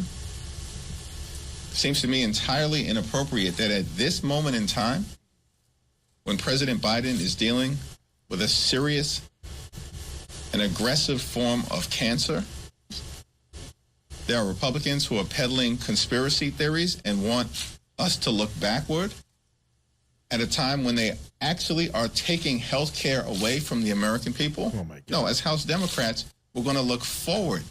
They literally are trying to take health care away from millions of Americans at this very moment in the dead of night. And Republicans want to fan the flames of conspiracy theories at this moment? No, thank you. He reminds me of Spartacus. He's a twat. Yeah, can you imagine what they would be screaming if this was Trump? Oh, yeah. Can you imagine the yeah. shitstorm Oh, that would yeah. be happening? Oh, they would impeach him. They would impeach him for it. Of course, we want to talk about this because this was a big cover-up. It still is. They still deny it, right? And everyone knows. Like this is like the best kept secret in nowhere. I mean, everybody knows that they did this. Everyone knows that they lied for Biden. Don't you remember they said he was smart as a whip? Mm-hmm. That they said he was a high IQ individual, that he was high energy and had a photographic memory. Do you remember this shit that they said? I mean, it's such lies. Jessica says, is he saying this is now based off the investigation paperwork that could have been misleading? Yeah, well, that's what he's saying. Because the autopsy did not say that he broke his neck and could not break his neck with a self-strangulation. It just said that it's rare. But stranger things have happened. Listen, I know all the evidence. I understand the video. I understand the lower ear. I here's the thing. In the end, I don't care if somebody killed Epstein. You know what? Good. He deserved it. Now go and find all of his clients and do the same to them. That's what I want. I don't give a shit about Epstein. I don't care who's on the tapes. I want them all held accountable. So I would appreciate it if Bongino would do his job. Jeffries equals Obama version 2. Yep, I've said that. We both said that, Chuck. Yep. Hakeem digs himself into a deeper hole every time he speaks. Can't stand his lying garbage. Yeah, he's a jerk. here's a good video, but after this. Join Wimkin.com, the social media platform built for free speech and true connection. No censorship, no algorithms controlling your feed, just genuine conversations and a commitment to protecting your rights. Sign up today at Wimkin.com and take back your voice. Tell them Matt and the Dumb Show sent you. JD, we're going to talk about Megyn Kelly and the Jake Tapper interview. It's funny you bring it up. But first, I want to talk about Carolyn Levitt. And she has a new press corps today, and it is the cutest damn thing ever. And honestly, all of these kids are 10 times better than anyone in the media right now. Here it is. Folks, it's danger time. It's 8:43. We're at $52. We're $250 away from goal. It's been kind of a crappy day. So if we have the chance to help out, please do. We have a lot of people on, 191 people on right now in general channels, and another 100 on Wimkin and Rumble. That's 300 people. If every single person gave $1, we would crush it. We would absolutely crush it. So consider that and ask yourself a question. Is the show worth $1? Is it worth $5? Is it worth 10? Is it worth 25? Is it worth 100? You decide, but we're going to need to decide pretty quick because we've got 16 minutes left and we need some help. Here we go. Go ahead. What is President Trump's favorite food? Well, President Trump loves a lot of different foods, but I think his favorite is probably steak. I've had steak with him on many occasions, and he likes to eat a big, beautiful steak. Do you like steak, Frankie? Yes? Okay. Jack, nice to see you. I like your hat. You're welcome. Would you like to ask a question? What's the state of the border? What's the state of the border? I can assure you the border is the most secure it has ever been in the history of our country. And I think your dad works for the Homeland Security Council, so that's a very apropos question. And your dad's doing a great job securing the border. Hazel Jane, what a beautiful name. Would you like to ask a question? Okay. Actually, can you come back to me? Sure. I can come back to you. I'd be happy to. Bobby Lynn? How many people has he fired? How many people has he fired? Thus far, actually, we have not had anyone fired with the exception of one individual who did leave their job. But we have a great team here so far. So good. Thank you for the question. That is cute. My favorite was the little girl who was climbing on the chair at the beginning of the video. Yeah, and isn't it nice? I mean, it's, you know, the fact that the intellectual capacity of that entire crowd surpasses the original White House press corps, minus Peter Doocy and a couple of others. I think it's very special. Mm-hmm. And it used to be a place where anyone could go and visit the president. And there was a special day that everyone could come in and file their grievances, and the White House staff would be there, and they could walk into the Oval Office and they could have quorum with the president. And those days are long gone because people are batshit crazy. But I think it's very Kennedy-esque, you know, and Ari Fleischer style of a press room. And I thought it was wonderful. Yeah, that's my life. That video. That's what I live daily. Yeah. Conversations with a 3-year-old. Her smiles were pretty fantastic. Yeah. Well, she's a mom. Yeah. So, thank you, Lois. Lois, thank you. $21.10. That puts us at 73, 223 away. We need Mike and the mechanics. All I need is a miracle. We are slow night. And it's a busy night. It's really weird. I hope we didn't overextend people on the 20K because rob Peter to pay Paul. It's hard. I don't want to talk about this, but it is what it is. Representative Tim Burchett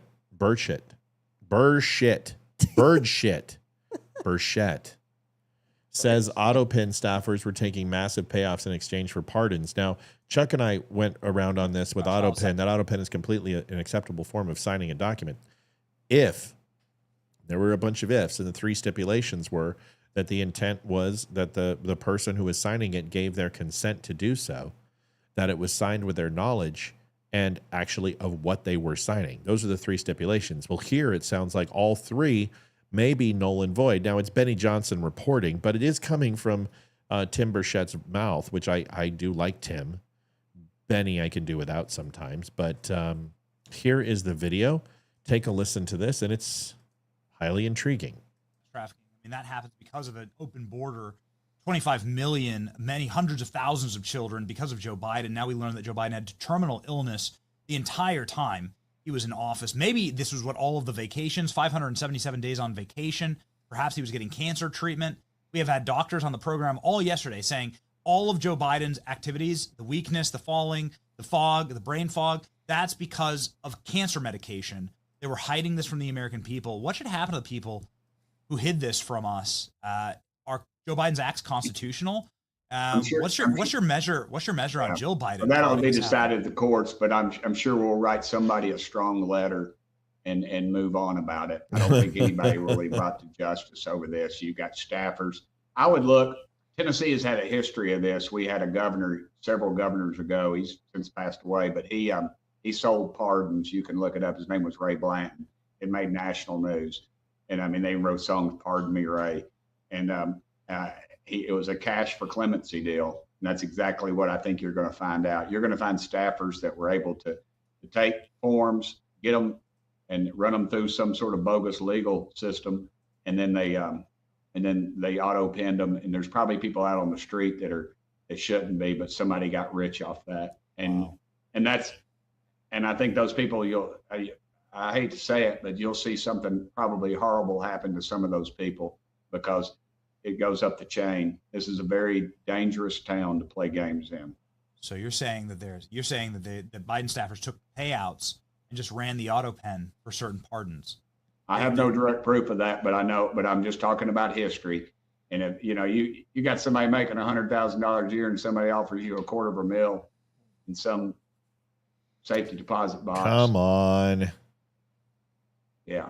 I mean, look at all those. Look at Clinton's clemency, Bill Clinton, the people he gave clemency to. Some of those people were just awful, awful people, and nobody raised a beat about them. Yeah, I personally know people who paid millions to try and get Trump to pardon them. Very rich guys who are in prison for good reasons, and they go through these Republican lobbyists to try and get it done. It's a huge industry. This is very much indicative of Dan Bongino in 2023. Where's the proof? Listen, I know what happens. We know what happens. That's not the question. The question is that you're accusing it of happening, and you're saying, well, I don't have any proof, but I'm just saying that this happens. Christine Clark, thank you. For some reason, the splash up didn't pop up. I changed the page in the middle. That's why. Oh. I bet if we go back. Gotcha. I did it too soon. No, it's okay. It's not your fault. So, Christine Clark, thank you so much. That helps. We are now $206 away. Let's cross our fingers that we can get some more. But here's the problem. Why is Benny starting to dress like Matt? First the set, now the wardrobe. Isn't it interesting? I mean, really. It's interesting, isn't it? Yes. Deborah Boggs donated $50, 3 heart emojis. Thank you, Deborah. We appreciate you and love you. That helps out tremendously. $144.45 or $156 away. Listen, I don't. Here's my problem. If I'm not good at this, then why every time I watch Fox News is literally my previous night's show on? I mean, we did this the other night.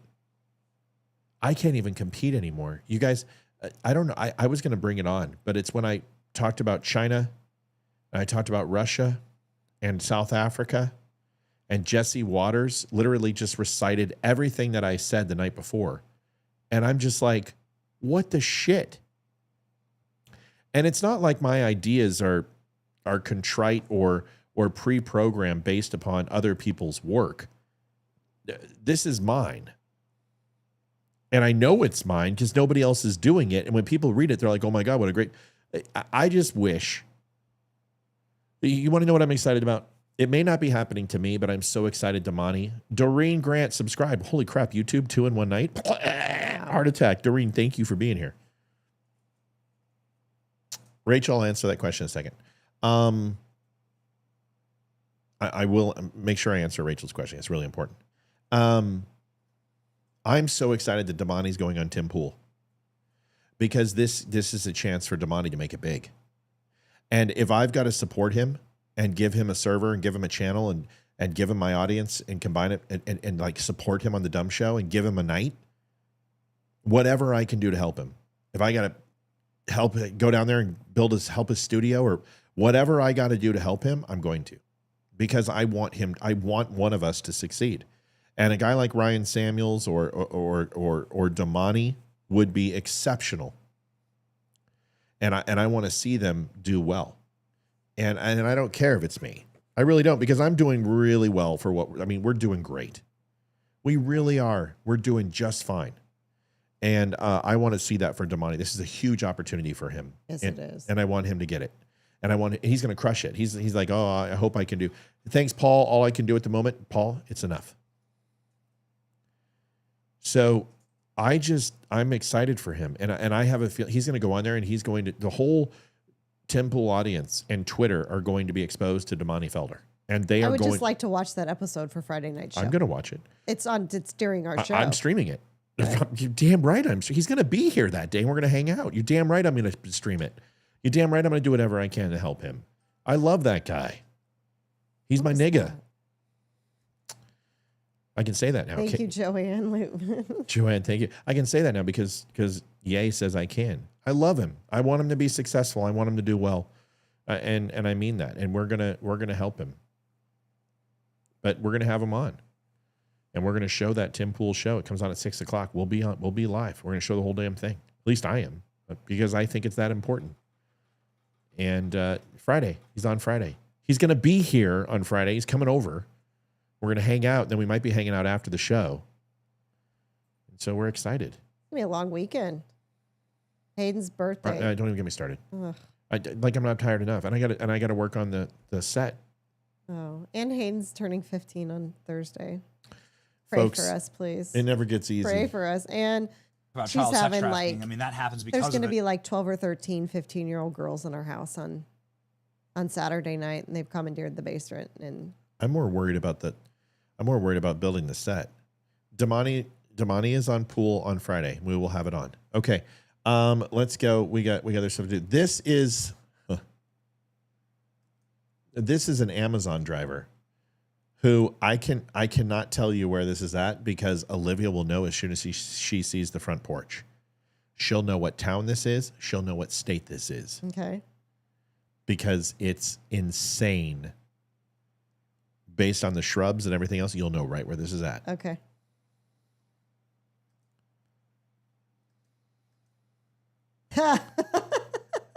Yep. Know exactly where it's at. It might even be.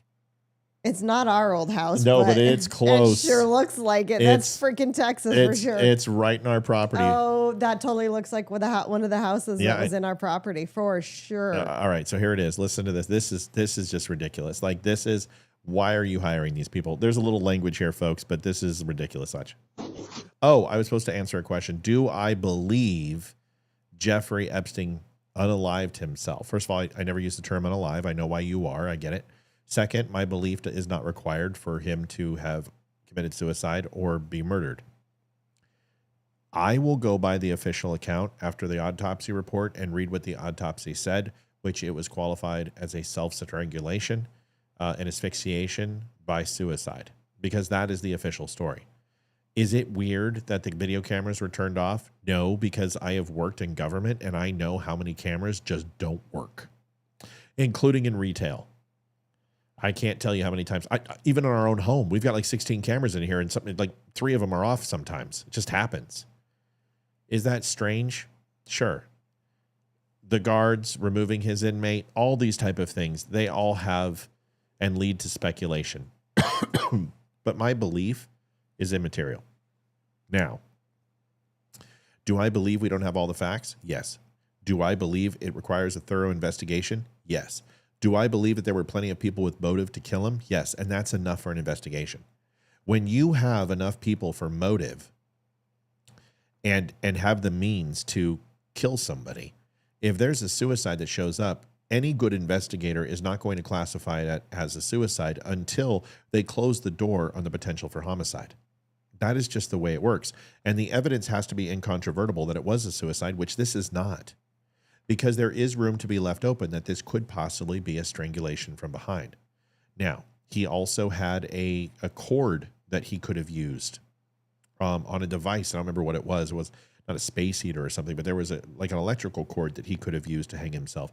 There's a lot of reasons and a lot of things that lead me to ask questions, but I don't have any evidence that he did kill himself or didn't kill himself. And that's the official story, so I will go by that. Do I believe that there are things that probably happened that we don't know about? Do I believe that there was some nefarious intent? Do I believe that the FBI and the U.S. Marshals and other security agencies that went to his island and seized evidence that we don't know what any of that is? Do we feel that the cremation of the body is an issue, or the evidence of the cell being completely cleaned opens up a lot to be discussed? I think it creates a situation very similar to the Butler assassination, attempted assassination of Donald Trump, where the cremation took place and the area in the roof was cleaned right away. These lead me to questions that it seems to be that there's paths of behavior that seem to be consistent, but inconsistent with normal practices of investigations. This leads people to ask questions. So do I question why you ask? No. Do I ask them? Yes. Do I believe that he committed suicide as of now until I have incontrovertible evidence to the contrary? Yes. I believe he killed himself. But it doesn't mean that I can't be changed at a moment's notice. Okay? Here's the video. This is... man, if they talked to me like this, I mean, probably you would see the door open and see a flash of a muzzle and then the door close. I mean, seriously, I would Nick Fuentes this person.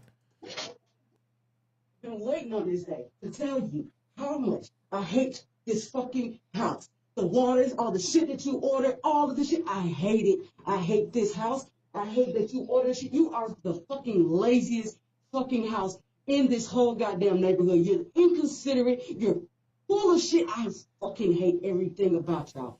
I hate it. All you have to do is fucking order the store from Walmart pickup or Central pickup or whatever and go put the shit in your own truck and go do it your fucking self. You are the laziest sons of bitches ever. And then people bring this shit. We break our backs, we break our necks, we break our nails, we break everything to bring you this shit. And you're ungrateful as fuck. I hope you know that.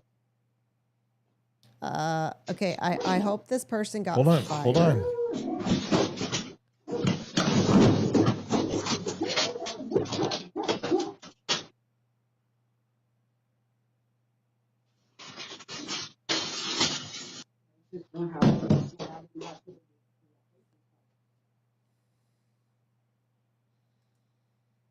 Apparently someone doesn't like their job. That's your freaking job, is to deliver packages. Apparently they didn't get the memo in their hiring packet. That's your effing job.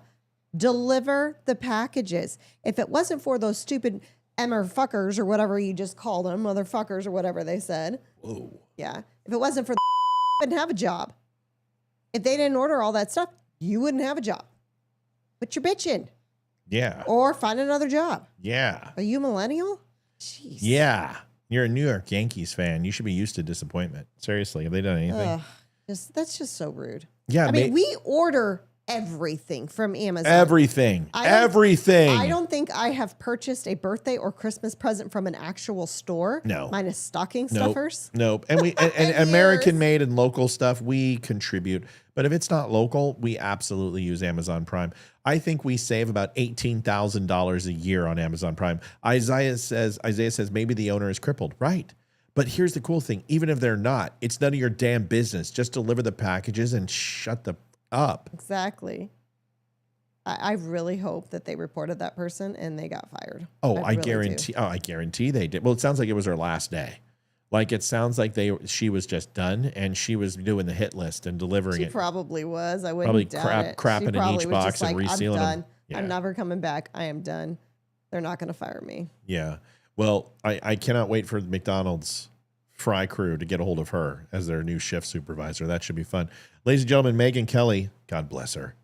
Are you done? Like, do I need to get a Kleenex for the drool? Because seriously, I could have 2 Kleenexes, please. Megyn Kelly, Jake Tapper, Slade. Just what an eye roll. Megyn Kelly's masterful at what she does. Watch this.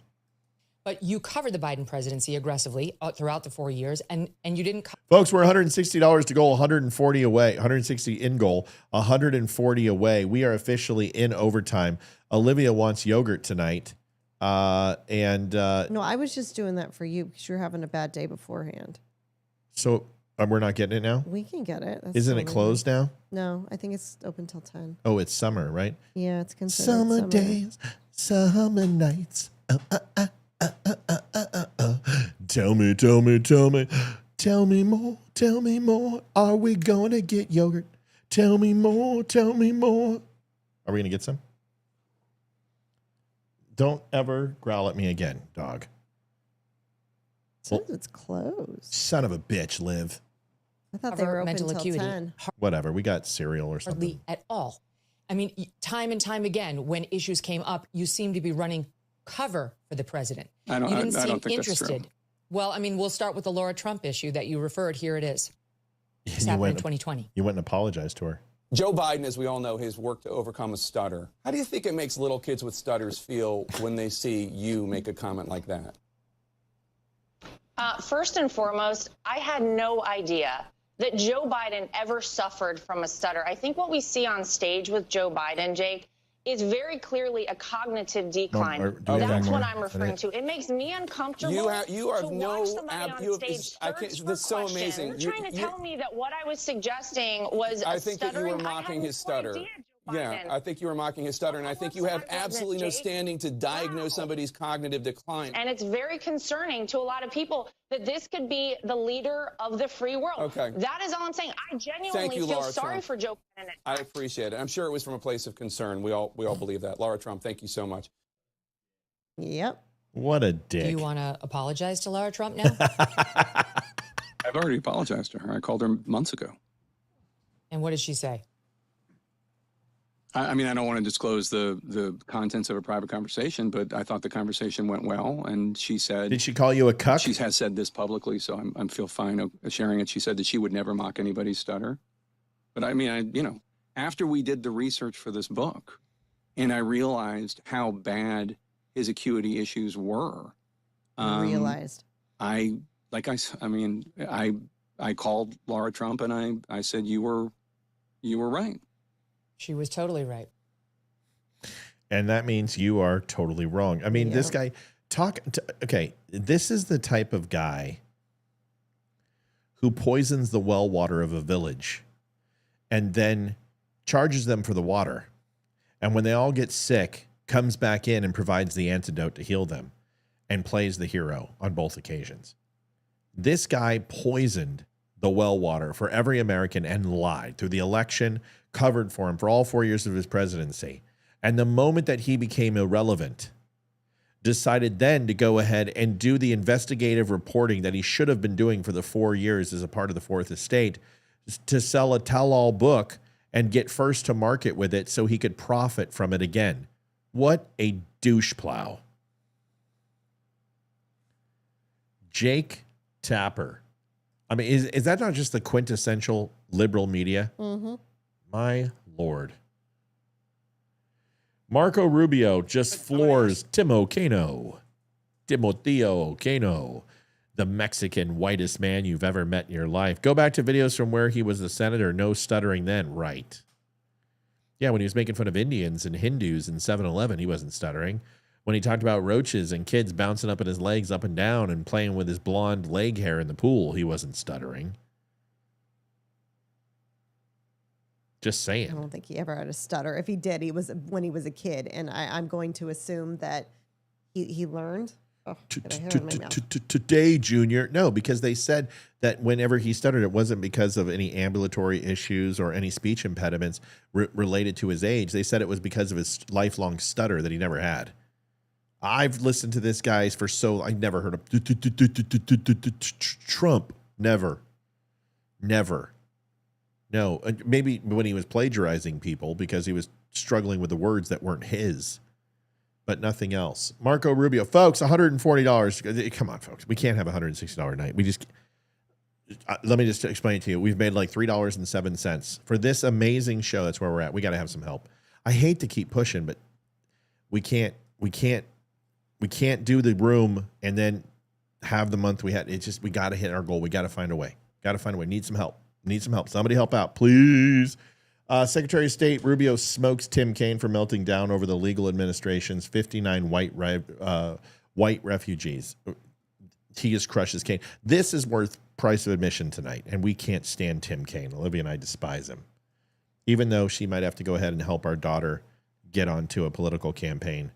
We'll be nicer to you then, but as of now, you're a douchebag. Here it is. Tim Kaine. But I'm going to ask you, what's so a well-justified fear of persecution? Yeah, they thought that their farms were being burned down and they would be killed. I think that's a pretty good justification for wanting to come. They're afraid for their lives. And should it be applied in an even-handed way? That's an easy. No, our foreign policy doesn't require even-handedness. It requires prioritizing the interests of the United States. The phrase says you are entitled to entrance as a refugee if you demonstrate a well-justified fear of persecution. No, you're not entitled. So you're can allowed. you have a different standard based upon the color of somebody's skin? Would that be acceptable? Well, I'm not the one arguing that. Apparently, you are, because you don't like the fact that they're white, and that's why they're coming. I'm just asking you to say that would be unacceptable. Well, no, I would say that the United States, a very easy thing the United States has a right to pick and choose who they allow into the United States, even based on the color of somebody's skin. No one's. You're the one that's talking about the color of their skin, not me. These you're are people whose farms were being burned down and they were killed because of the color of their skin. Well, Well, you've demonstrated enough because you think anyone should be allowed into this country for any reason because they met a certain criteria. Who has said that? We are going to prioritize your actions to our country on the basis of what's in the interest of this country. That's a small number of people that are coming. Well, you said this weekend that but there in other would be more. cases, it's harder to vet. In other cases, it's more difficult. And by the way, the United States admits people every year. Democrats are just pissed off because white people got admitted. The entire crux to this entire argument is that they allowed in millions, 10 million illegal immigrants with Biden's presidency.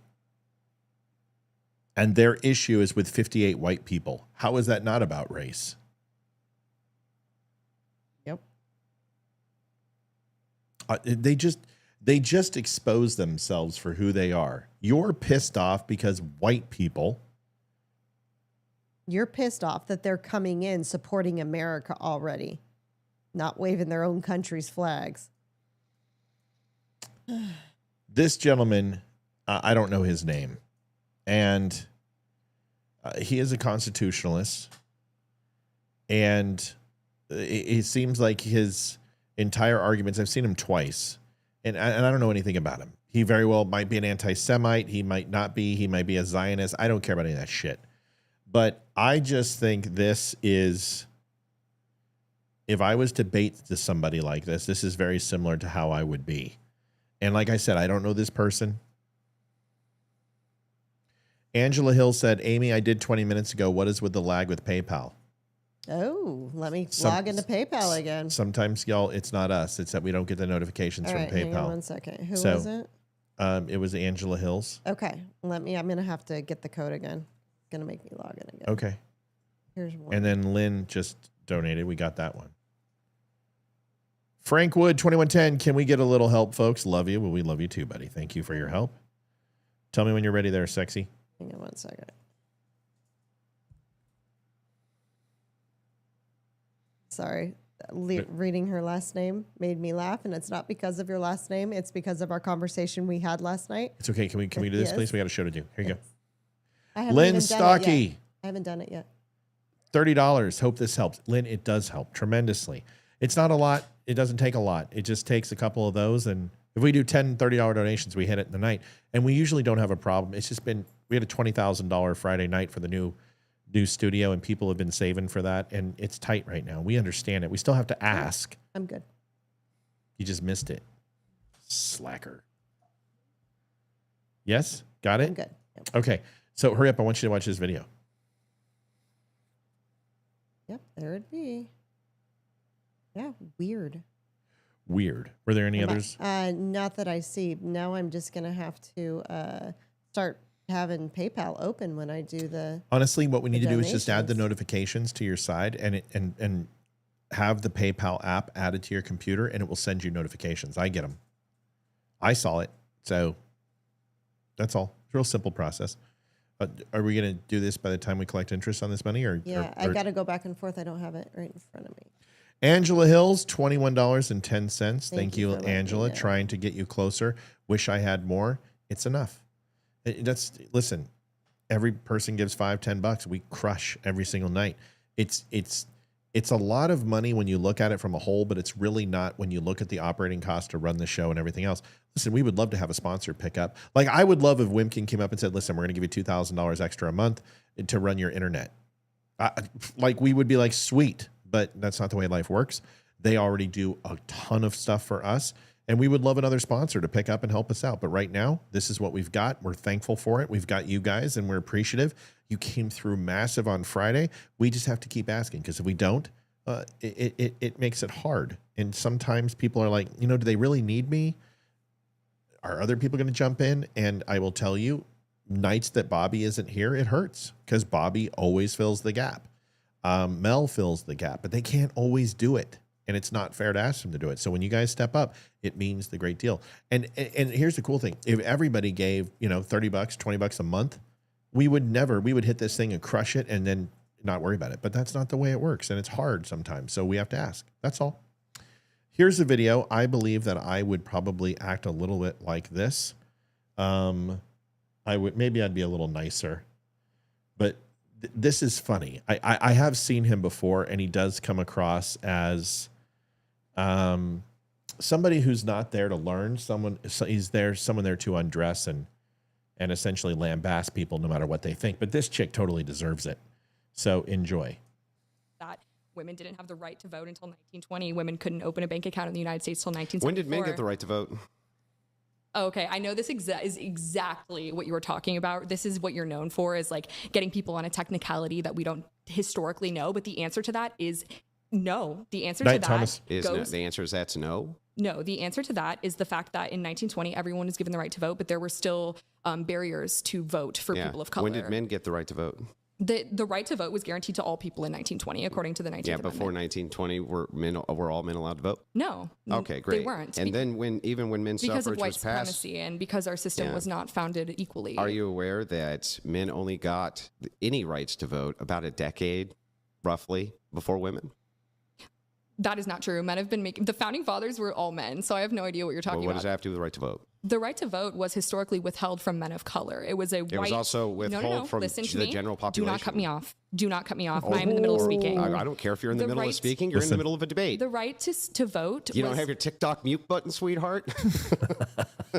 I will not be speaking anymore until you have a conversation with him. Well, look, if we can, for both people, if we can allow each other to finish, even if you want to jump in, just let the other person finish speaking.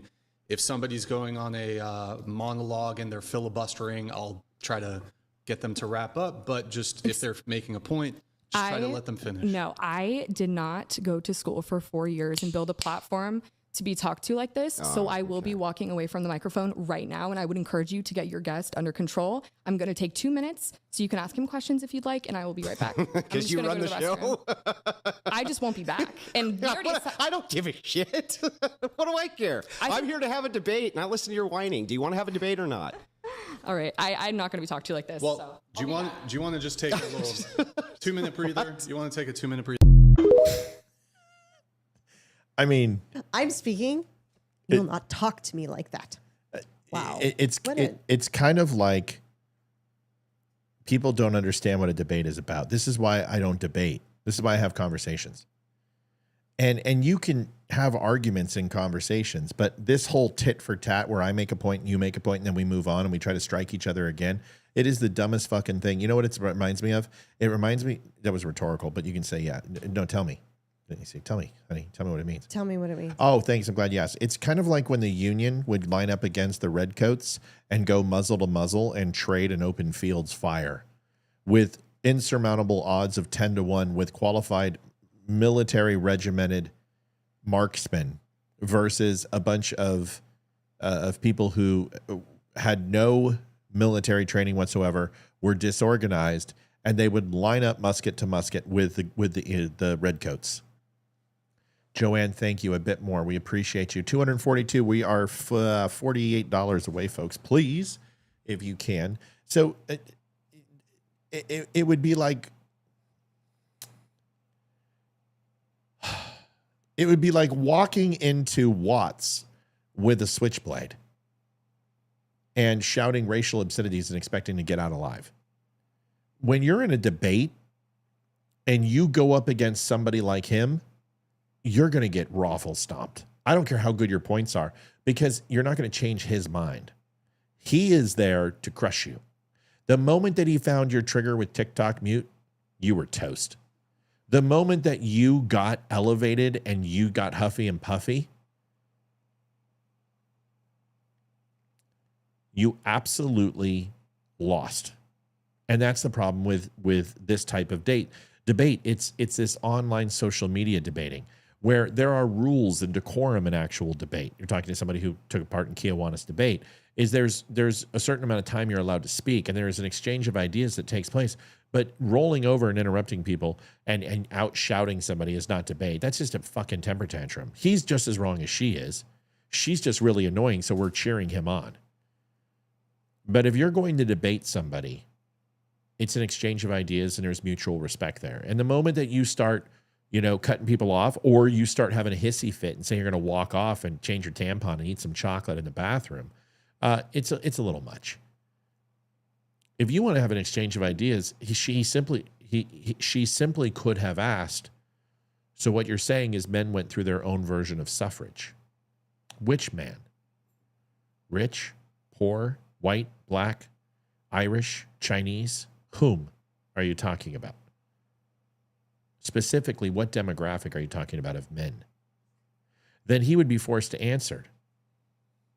But what she doesn't know is that it wasn't just blacks. It wasn't just Irish. It wasn't Chinese. It was a selective group of people where they put constraints and limitations on their ability to vote. They would do unnecessary jailing. They would remove the right to vote in certain as a punishment to people. They would assign it to their work and assign it to their plantations and assign it to the crops that they were responsible and were not released. And the laws would state that if they weren't able to get A, B, C, D, E, F, and G done by a certain amount of time, that they could not vote. They would put levies against their vote. So these type of voter suppression constraints happen more than just with women. It happened with everyone. Certain people without a quality education or certain people without a certain amount of money or stature in the states or cities were not able to vote. So when the 1920 version of suffrage and women being able to vote and all people able to vote, for anyone to say that everyone was able to vote equally before that in 1908 and beyond and before is a ridiculous notion. So what she should have said was, if the argument is that the right to vote belongs to everybody, well, your argument shouldn't be that women suffered longer than men. You should explain that the right to vote is an inalienable right to ensure that life, liberty, and the pursuit of happiness is guaranteed for all men, and all women, that they all have a right to have a say. But see, she's so caught up into who had the mental gymnastics suffering Olympics more, women or men, that she loses the entire argument and he winds up being right, because it's not about who did or who didn't. The fact is that was 1920, and every single person inside the United States of America who is an American citizen gets to vote. Who gives a shit about slavery? Who gives a shit about suffrage? Who gives a shit about manifest destiny and eugenics that took place in that time? Who cares about Japanese internment camps? Even though these things are important, the only time I care about that history is when liberals try to espouse that it was us who did it, and that is when I take umbrage. Janet Crenshaw, 2110, folks. We are $37 away. Is that right, Liv? 263. Yeah, 27. 3-1 Florida over Carolina. I told you Florida's the wagon. Florida's the wagon. I know. I wanted Carolina to win. Florida is going to spank Dallas or Edmonton. Florida is the wagon. Yeah, I wanted Carolina to win only for the reason that if Dallas makes it through to the finals, that I really wanted Carolina to beat Dallas just Dallas is not going to. I don't believe Dallas can beat Florida. I believe they'll beat Carolina, and I believe that they can beat Edmonton. But I think Connor McDavid and Edmonton right now are wagoned up. They just don't know that they're not good enough to win, and they're not supposed to be winning. And I think their goaltending is shored up, which it wasn't last year. And I think that this Florida Edmonton rematch is going to be a hell of one. I really do. You think Edmonton's going to get past Dallas? I think they can. I think they should. I think Dallas is the most overrated Western Conference final team since last year. Yeah. Colorado Avalanche was the best team in the West. Everybody knew it. Everyone knew it. The Avalanche just got an unfortunate series of bounces and just refs. Come on, man. Those 2 game 3s in overtime, lost by 1 shot, when in both games, time of possession was 99% to the Avs. They had a total time of possession of 67 seconds in 2 games. It tells you something that the refs got fired after like game 4. Yeah, every single ref that was doing that got fired. We're not allowed to come back to that series. That lets you know something. That does let you know something. Bill Maher had something. You remember that clip that I played of Tom Hanks still doing it? when Yes. SNL did the Jeopardy and he's like, oh, black people, and flipped out over that. This is a video for that. Folks, $37. Let my people go. Set us free. 187 people on. We're looking for a donation for $37. Here's Bill Maher and Jillian Michaels, who is everywhere now. Really? Yeah, she was on The Biggest Loser, and I believe What she is she had. doing I now? believe she had a heart attack. Yes, she did. Yeah, and she is everywhere now, and she's on all channels. She does talk shows. She's got Wild got screwed as well. No, I don't think so. I don't think Wild got screwed. Sorry. I think Wild lost a lot of its guns, and Wild was banged up. And Kiprusoff can't be the only player who's scoring. Wild are a good team. San Jose and the Wild have the highest upside out of any team in the West. And I believe San Jose is going to be a team to be reckoned with. They have a ton of great young talent. And honestly, I think Marner is going to go to San Jose. If Marner goes to San Jose, they'll make the playoffs next year. And then I think they got a cup within the next 3 to 4 years. I believe the Avalanche are the best team in hockey still. And I believe that they would spank Florida. They have proven that they can. I think it would be a 4-2 cup just like Tampa Bay. And I think, honestly, the Avalanche have a very good shot next year. I don't think we're going to get Brock Nelson, but I think Sam Bennett is going to be ours from Florida. And if we pick up Sam Bennett on the second line, just watch out for the Avs because they are going to crush. They need a full. You have to remember, their entire team played together for 7 games. 7. They had over 700 man games lost to injury. They didn't get to play together. You got Landy back. He's going to be at full rip. You got McKinnon. You got Makar. You've got Coyle. You've got Lindgren. You've got Colton will be back. Netchis will be back. You got Nichushkin fullback. You got Lehkonen back. I mean, you've got a very, very, very strong team. And if you go pick up Sam Bennett, forget about it. The Avs are going to be a wagon. They need that grit. They can get Sam Bennett on the second line. Forget about it. All right. Here, I don't know if the Wild got screwed. I don't think they got screwed. I think they got the injury bug and they were not healthy going into that series. Here's Bill Maher and Jillian Michaels. So, who's doing what? For example, the whole deplorable thing. Oh, sure. They're still doing Yes. that. Even when you And we all know Matt is not biased about his hockey team. I'm not biased at all. I just gave you a wonderful assessment of the entire NHL. And every single person in who watches hockey knows that the Avalanche were hands down the Western favorites. Everybody knew that. Yeah, I'm not in any way, shape, or form biased. I can look at it. This year, I said if we could get healthy, we'd be the best team. We got somewhat healthy, and we had a horrible, horrible outcome to our series. A lot of fluky goals, a lot of shitty penalties. I don't think in a Game 7 I have ever seen in the final 2 minutes a penalty called. I've never seen it in hockey. How about a goalkeeper? For whom? For the Avs? No, Avs are good. Avs Yeah, are good. are you kidding me? We have Avs the best are good in 1-2 goal punch in stacking. hockey. Yeah, we're I'd be good at worried goals. about Tampa Bay before I'd be talking about us. You got absolutely shellacked. You guys got embarrassed. And I picked Tampa Bay to win that series. I thought Tampa Bay was just going to rock 'em, sock 'em robots, and Tampa Bay didn't even show up. Everyone everyone who's anyone knew that the Dallas and Colorado series was going to be the toughest series in the Western Conference. It went Game 7, and it was literally decided because of a late called penalty for no reason that wasn't a penalty. And it changed the flow of the game, and I knew it was lost. I turned it off right after that. Yep. Yeah, but Tampa Bay, I don't think, listen, another subscription on YouTube. Oh my God. Thanks, Carrie subscribed. I've said this a lot. I think Tampa Bay, hands down over the last 10 years, has been the best team in hockey outside of the Avs. Now, I know they won 2 cups. I know they got to the Stanley Cup final 3 times. The bubble is a little bit of a different situation. And everyone has to agree that the bubble's, it's not a full season. It's different. But Tampa Bay, pound for pound, is probably, and Cooper is one of the best coach hockey teams. They are ungodly levels of talent. But this is what I've said since the beginning. Kucherov is a complete 100% overrated player. He's just like Rantanen. He plays when he wants to.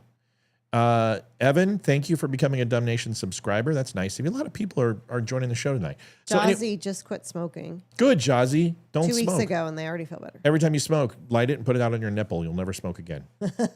So I just, like, I think Tampa Bay is now going to go through a retool and a rebuild because they have some things. Braden LaPointe's a great player. Kucherov's a great player.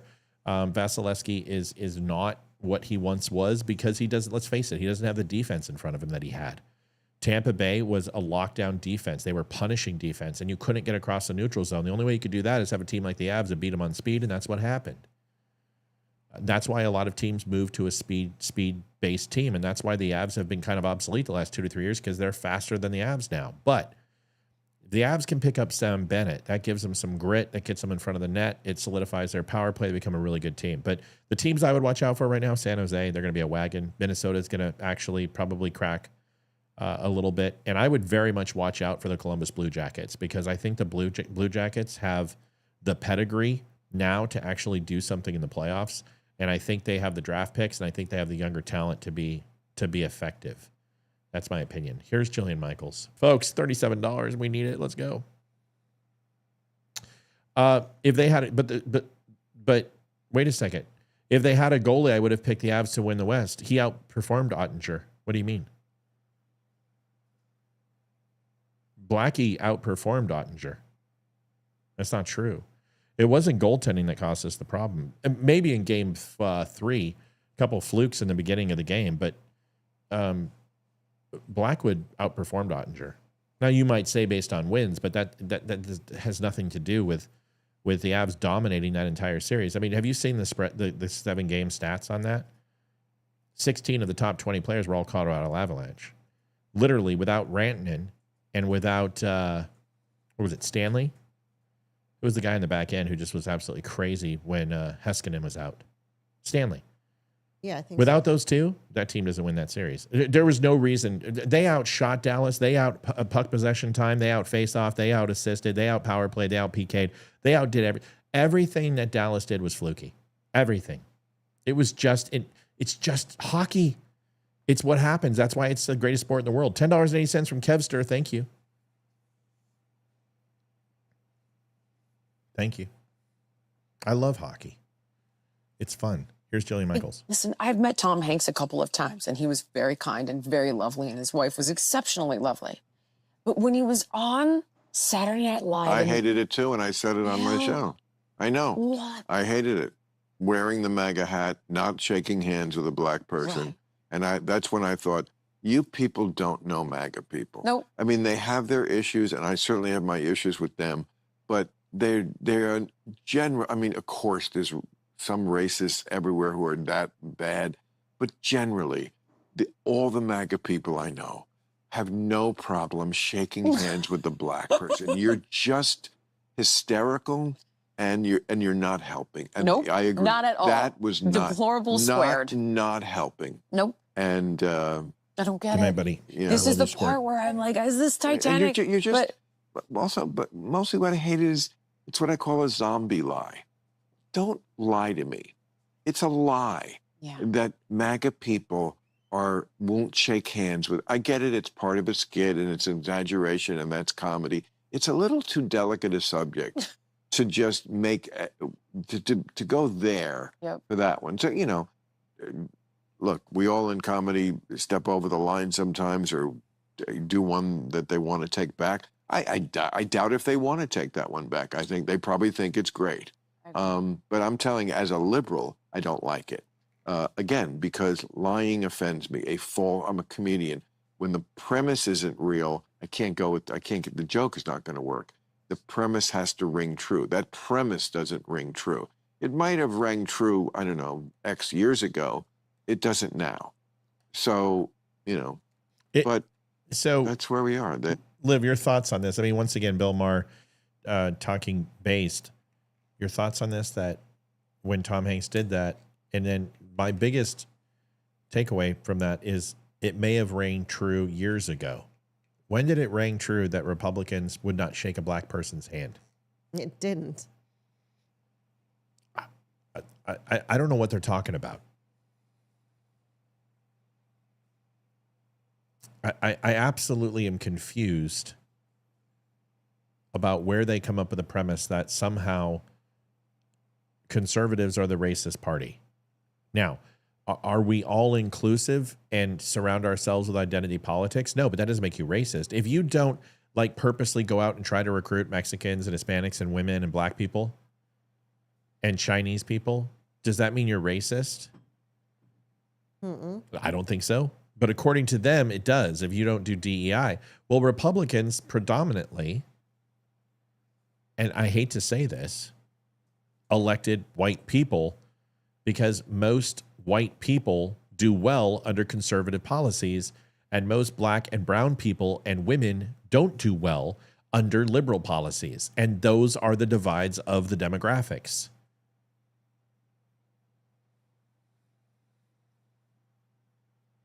Darius Park says, you realize the 4K deduction of SS is essentially no tax on SS, right? Average SS year is around 22K. With the 4K deduction, you ain't paying no taxes on that. It's not a 4K deduction. That's not how deductions work.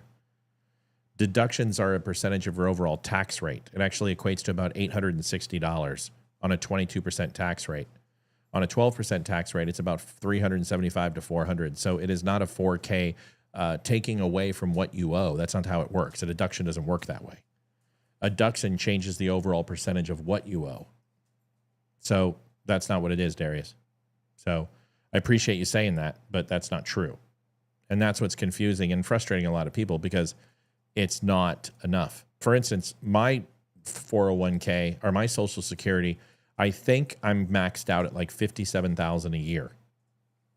I get one of the highest Social Security. I think I'm getting like $3,300. So that's more than that. No, 41, like $3,700 a month is what I'm going to be getting in Social Security as of right now. And I'm not getting a 4K free and clear credit, so to speak, where it would just take it away from my overall value of what I owe. Folks, we got to go. We're 25, 26. Liv, say something, please. Get help. Please donate if you can. We really appreciate it. And I know everyone did a wonderful job on Friday, but every single penny of that money is going to the studio. So we still need our donations to help keep the show running smoothly. Okay, so this is how it works. So I'm going to explain it to you because I had it written down because I was going to do an article and I didn't get to do it, but I'll just do it here. A $4,000 standard deduction or tax deduction for Social Security recipients means you get to reduce your taxable income by $4,000. That's all it means. So basically, if you made 22, you would actually only be taxed on 18,000. It's not a $4,000 check, and it's not a $4,000 reduction in what you owe. It reduces your income subject to tax. $30, Kimberly Jurgmeyer. Thank you so much, Kimberly, for helping us hit goal. We appreciate you and love you. So, like I said, it depends on your marginal tax rate. And there's two marginal tax rates when it comes to Social Security. There is a 0.12%, which is 12%, or a 0.22%, which is 22%. So if you're a 12% tax bracket, a $4,000 deduction saves you, which is $4,000 reduced on your overall income on Social Security is $480, like I said. A 22% would be double at $880. So a $4,000 deduction is worth between $480 and $880 in your pocket, depending on your income level. All it does is reduce your tax liability. Why do you get at Darius? What the fuck are you talking about? Who is this clown? Why do you get Social Security? You seem to be getting money off YouTube. Dude, do I look fucking 65 to you? 67, whatever the age is? Dude, I'm 51 years old. What the fuck are you talking about? Just because I know more about it doesn't mean I'm a person who's getting Social Security. He just knows how much he's going to get when he retires. You can do it right now. You can go to you can go to ss.gov and look up, and based upon your Social Security number, know what you're slated to make. If I never make another dime, you want to know why? It's because I made $500,000 a year for over 20 years working in corporate. I paid my, you can ask Olivia, we stopped paying Social Security in August on my checks every year, and we would have a 4-month windfall. And we would get a raise. We get a raise. Dude, you're a fucking moron. Who is this fucking douche plow? So you're one of the able bodies sucking Social Security? You just said you're a fucking moron. You're a complete fucking idiot. And thank you so much for putting a fucking cap on today, because it was already a perfect day, and a douche fuck like you coming is just what I needed for today. Thank you, Darius. Thank you, Kat. Catherine Sidman donated $26.25. Thank you. Thanks. Really going to help my Social Security bump this month. Thank you. I really appreciate it. Fucking seriously, dude, this show has an IQ prerequisite. Just shut up and sit down and listen, or get the fuck out. Seriously, you're either going to learn something here or you're not. No, I don't make Social Security. No, I'm not sucking off the government tit. I know what my Social Security payment's going to be at 67 years old, which is probably going to be 72 because they're going to raise the age based upon the current standing. But it's going to be bankrupt long before then, so I'm not going to see any anyway. You can do it too. You know, genius? I've been doing it since I was 35 years old. Go to socialsecurity.gov, type in your Social Security number, and check it. And I showed someone how to do it on this page too. So now that you feel stupid, have a Coke and a smile and shut the fuck up. Chuck Peterson says a 401k is taxed on capital gains, which is different in every state. It sure is. God bless everyone. Love you all. Love you too. I donated just a few minutes ago. Thank you, Kimberly Ann. We appreciate it. It's going to help my Social Security check. I pay 185 euros per month for health insurance and 385 euros for deductible insurance. Jose, is that a lot? You made it seem like you were cashing Social Security check. Sorry, bro. You should be. And no, I didn't. You just assumed that with a lack of information and then applied it to me and then started talking shit. You're on the wrong show, dude. I interact with my audience. No offense. Everybody's had it happen to him here. I don't hold any ill will, but you basically pulled your head out of your ass, and hopefully you stick around. If you don't, I don't really care. First time. Thanks, B. Appreciate it. That's a good statement for your first time. L. Gunter says, ignore him. Obviously has no idea how it works, and he can't help himself. I always help with the trolls. I spend too much time ignoring the trolls, but it's good once in a while to go ahead and just get into it with him. I like him. He's fine. He made a comment. He said he was wrong. Move on. Must not be on Facebook. Hi, Olivia. Wait until he learns as an LE officer I get PERA and Social Security. Yeah, that's nice. I used to get military retirement, but I donated. B, hand clap. Melanie, Social Security for workers is not sucking the tit. We pay into that. It's our money. Yeah, but it's actually not. It's actually funded by the government through T-bonds, and they go ahead and put it into part of the budget. Your money hasn't actually been going into it for the last 20 years because all it's doing is paying back the national debt, because every single year it's a shortfall. So they sell themselves T-bonds and give themselves a no-interest loan, and your money is not there anymore. That's the way it works, unfortunately. Social Security is a quagmire. I love it, man. Everything said was just for fun. Okay, whatever. I don't care, Darius. Good. You should come back. Social Security is, oh yeah, I cannot believe how dumb some people are. He's not dumb. He just didn't know what he was talking about. There's a difference between being dumb, ignorant, and just not knowing what he's talking about. You cannot know what you're talking about and not be dumb.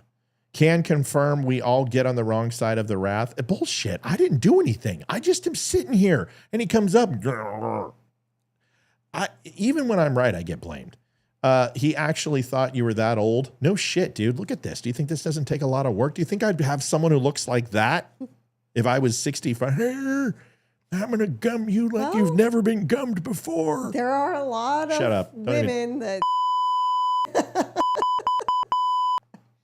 He will think that cops suck the tit and steal from the country. No, cops deserve everything that they get. I also think military should be untaxed, but that's a whole nother conversation. Anyway, I hope you guys come back and don't take it too personal. We're guys. We can, knock each other's dick in the dirt and then hopefully be friends afterward. Catherine Sidman gave $26.25. I don't know if I said yes, thank you to Catherine. Yes, we did. Well, thank you. Is it Catherine or Catherine? Catherine. I suck at that. You know that. That silent E kills me every single time. Folks, when are we on tomorrow, honey? Tomorrow at 7 o'clock. 7 p.m. Eastern, to be exact.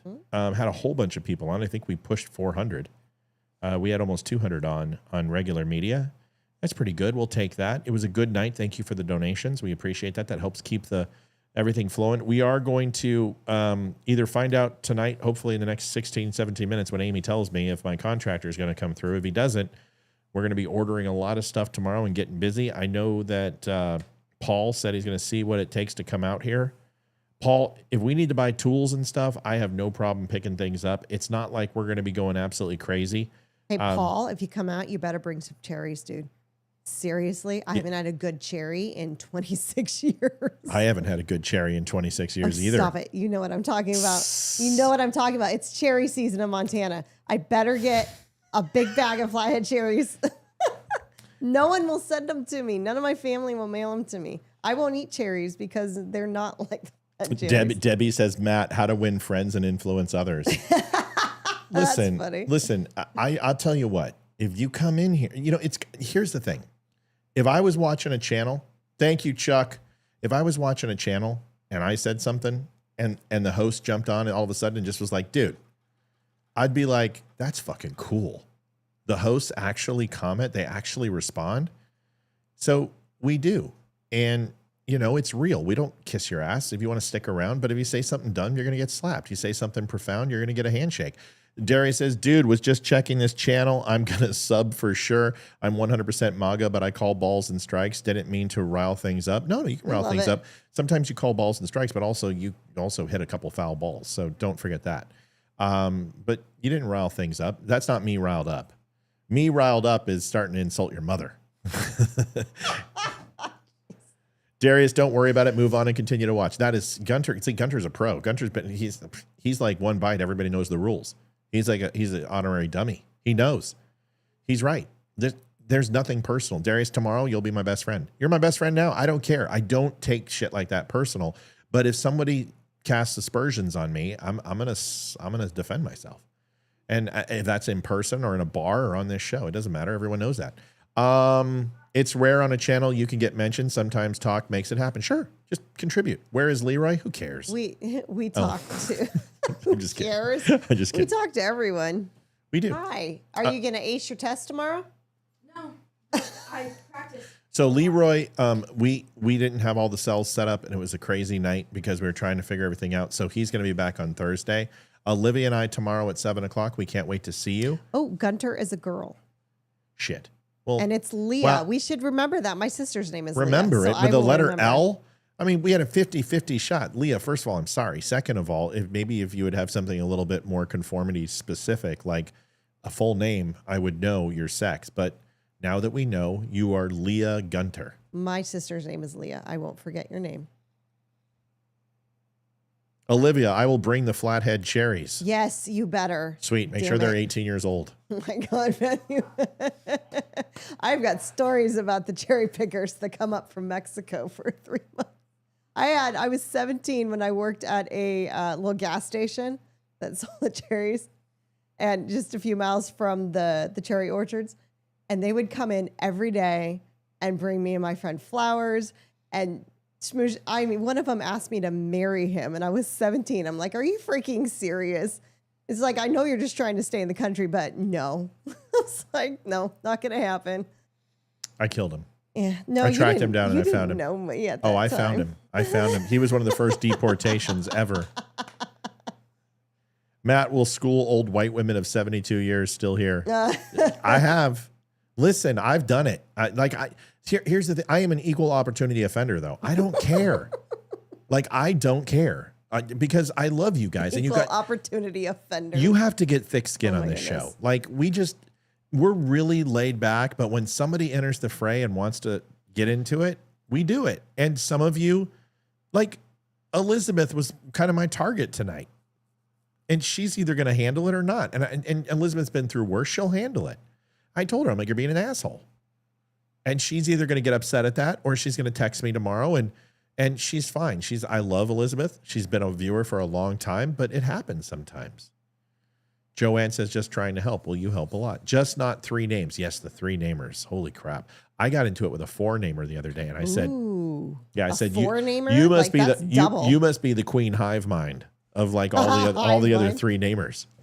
That's funny. Listen, folks, we got a great studio planned. Got a lot going on here. We're really excited. Please remember, Friday night, we're going to be streaming Demani Felder with Tim Pool. Demani is a friend of the show. He's a brother of the show, and he's literally a brother. He's our diversity and equity and inclusion hire, and he is going to be on Tim Pool. We're going to be streaming that. It's going to be a 4-hour show. We cannot wait to show it to you. I have no idea what it's going to be like. A lot of people are like, Demani's going to own Tim. No, he won't. They're going to sit there and just like schmooze over each other because Tim's super smart and so is Demani, but Demani has no problem saying, I disagree. And it's going to be great to see how that goes. And we'll be showing it Thursday. Leroy and I will be on. And then tomorrow night, Olivia and I will be back on here. And we will do it all once again. We want to thank you for watching. YouTube, it was great to see so many people on YouTube. Weird. I know, that's great. Usually they hate us. It's nice to see that we had a show that actually is doing fairly well. And then Facebook, screw you. We hate you, but we love all the people. I'm going to share your podcast. Follow a lot of conservative podcasts like Barry Cunningham, Benny Johnson, Black Conservative Perspective. I'm sure you know them, right? Yep. I know Benny all right. His background and shirt sure seem familiar. Yep. Go back and look at my background and look at his and see how long who's had what. Yeah, it's pretty funny. Matt, what was that stuff called again? I thought you guys looked young. Thanks. It's called peptides. Essentially, it's just bovine skin. It's cow skin. And it's the fat layer of the skin and the protein, where a lot of the protein's stored. And it is extremely nutritious for the body. And it's got collagen. It's got collagen in it, yeah. And it's good for the skin. It's good for tightening of the skin. It's good for your hair growth. It's good for overall mental clarity. I will never do without it. I have felt great.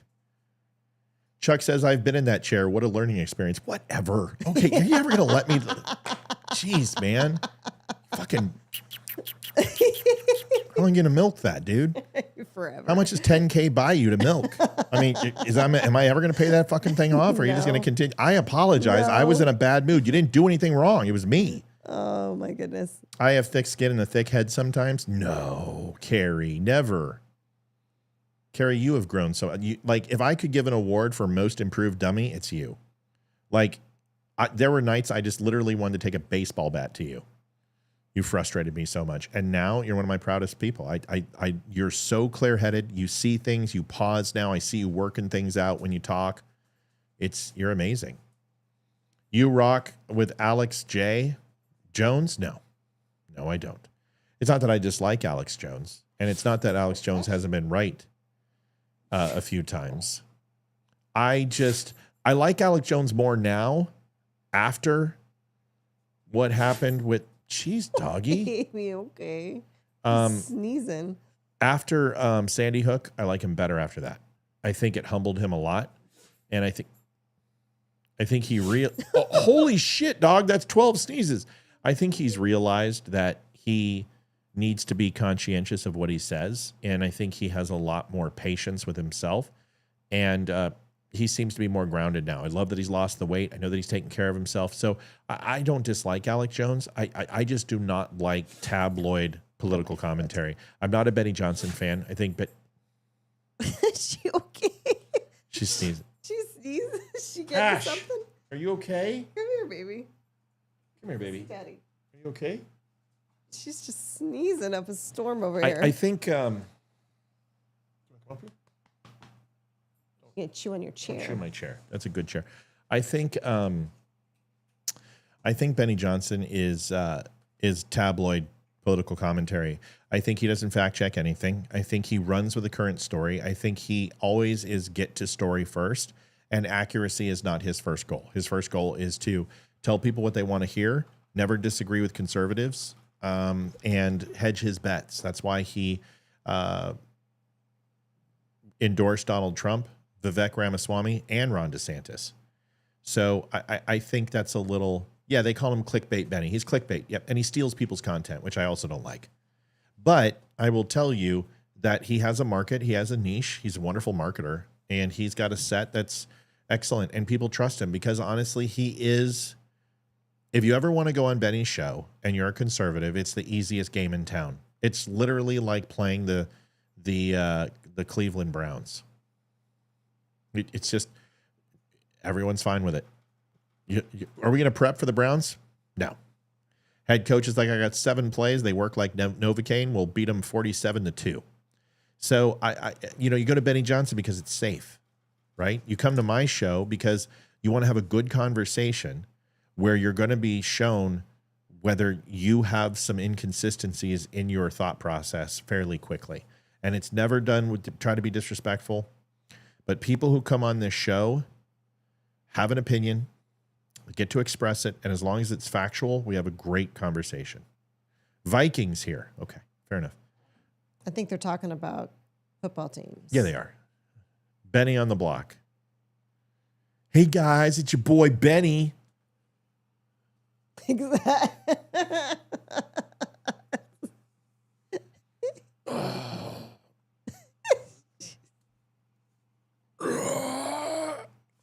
Oh, my goodness. Dude, when I saw him do that pose, I was like, oh, fuck, Benny. Dude, didn't even check himself. He's like, yeah, just the hair. Listen, dude. My goodness. All right. Enough. I'll leave Benny alone. Good night, everybody. Thanks for watching the Don't Inform Me Show. This is Olivia. This is Matthew. Olivia looks great. You can tell her that. She knows already. We'll see you guys tomorrow, 7 o'clock. Thanks for watching. Thanks for subbing. Make sure to hit like before you leave. We got a bunch of likes on this, but we want to get more. Please make sure you do that. We'll see you tomorrow. Good night. Night, y'all. Maybe not. Good night. Adjusting transmitter output. This is the Don't Unfriend Me Show with your hosts, Matt, Leroy, Amy, and Olivia. Geopolitics, military analysis, and election coverage. Coming to you live on all major social media channels at The Dumb Show. Honest, direct. I'll take a look at Barry Cunningham. Thanks, Darius. Thanks for the chat, dude. No hard feelings, buddy.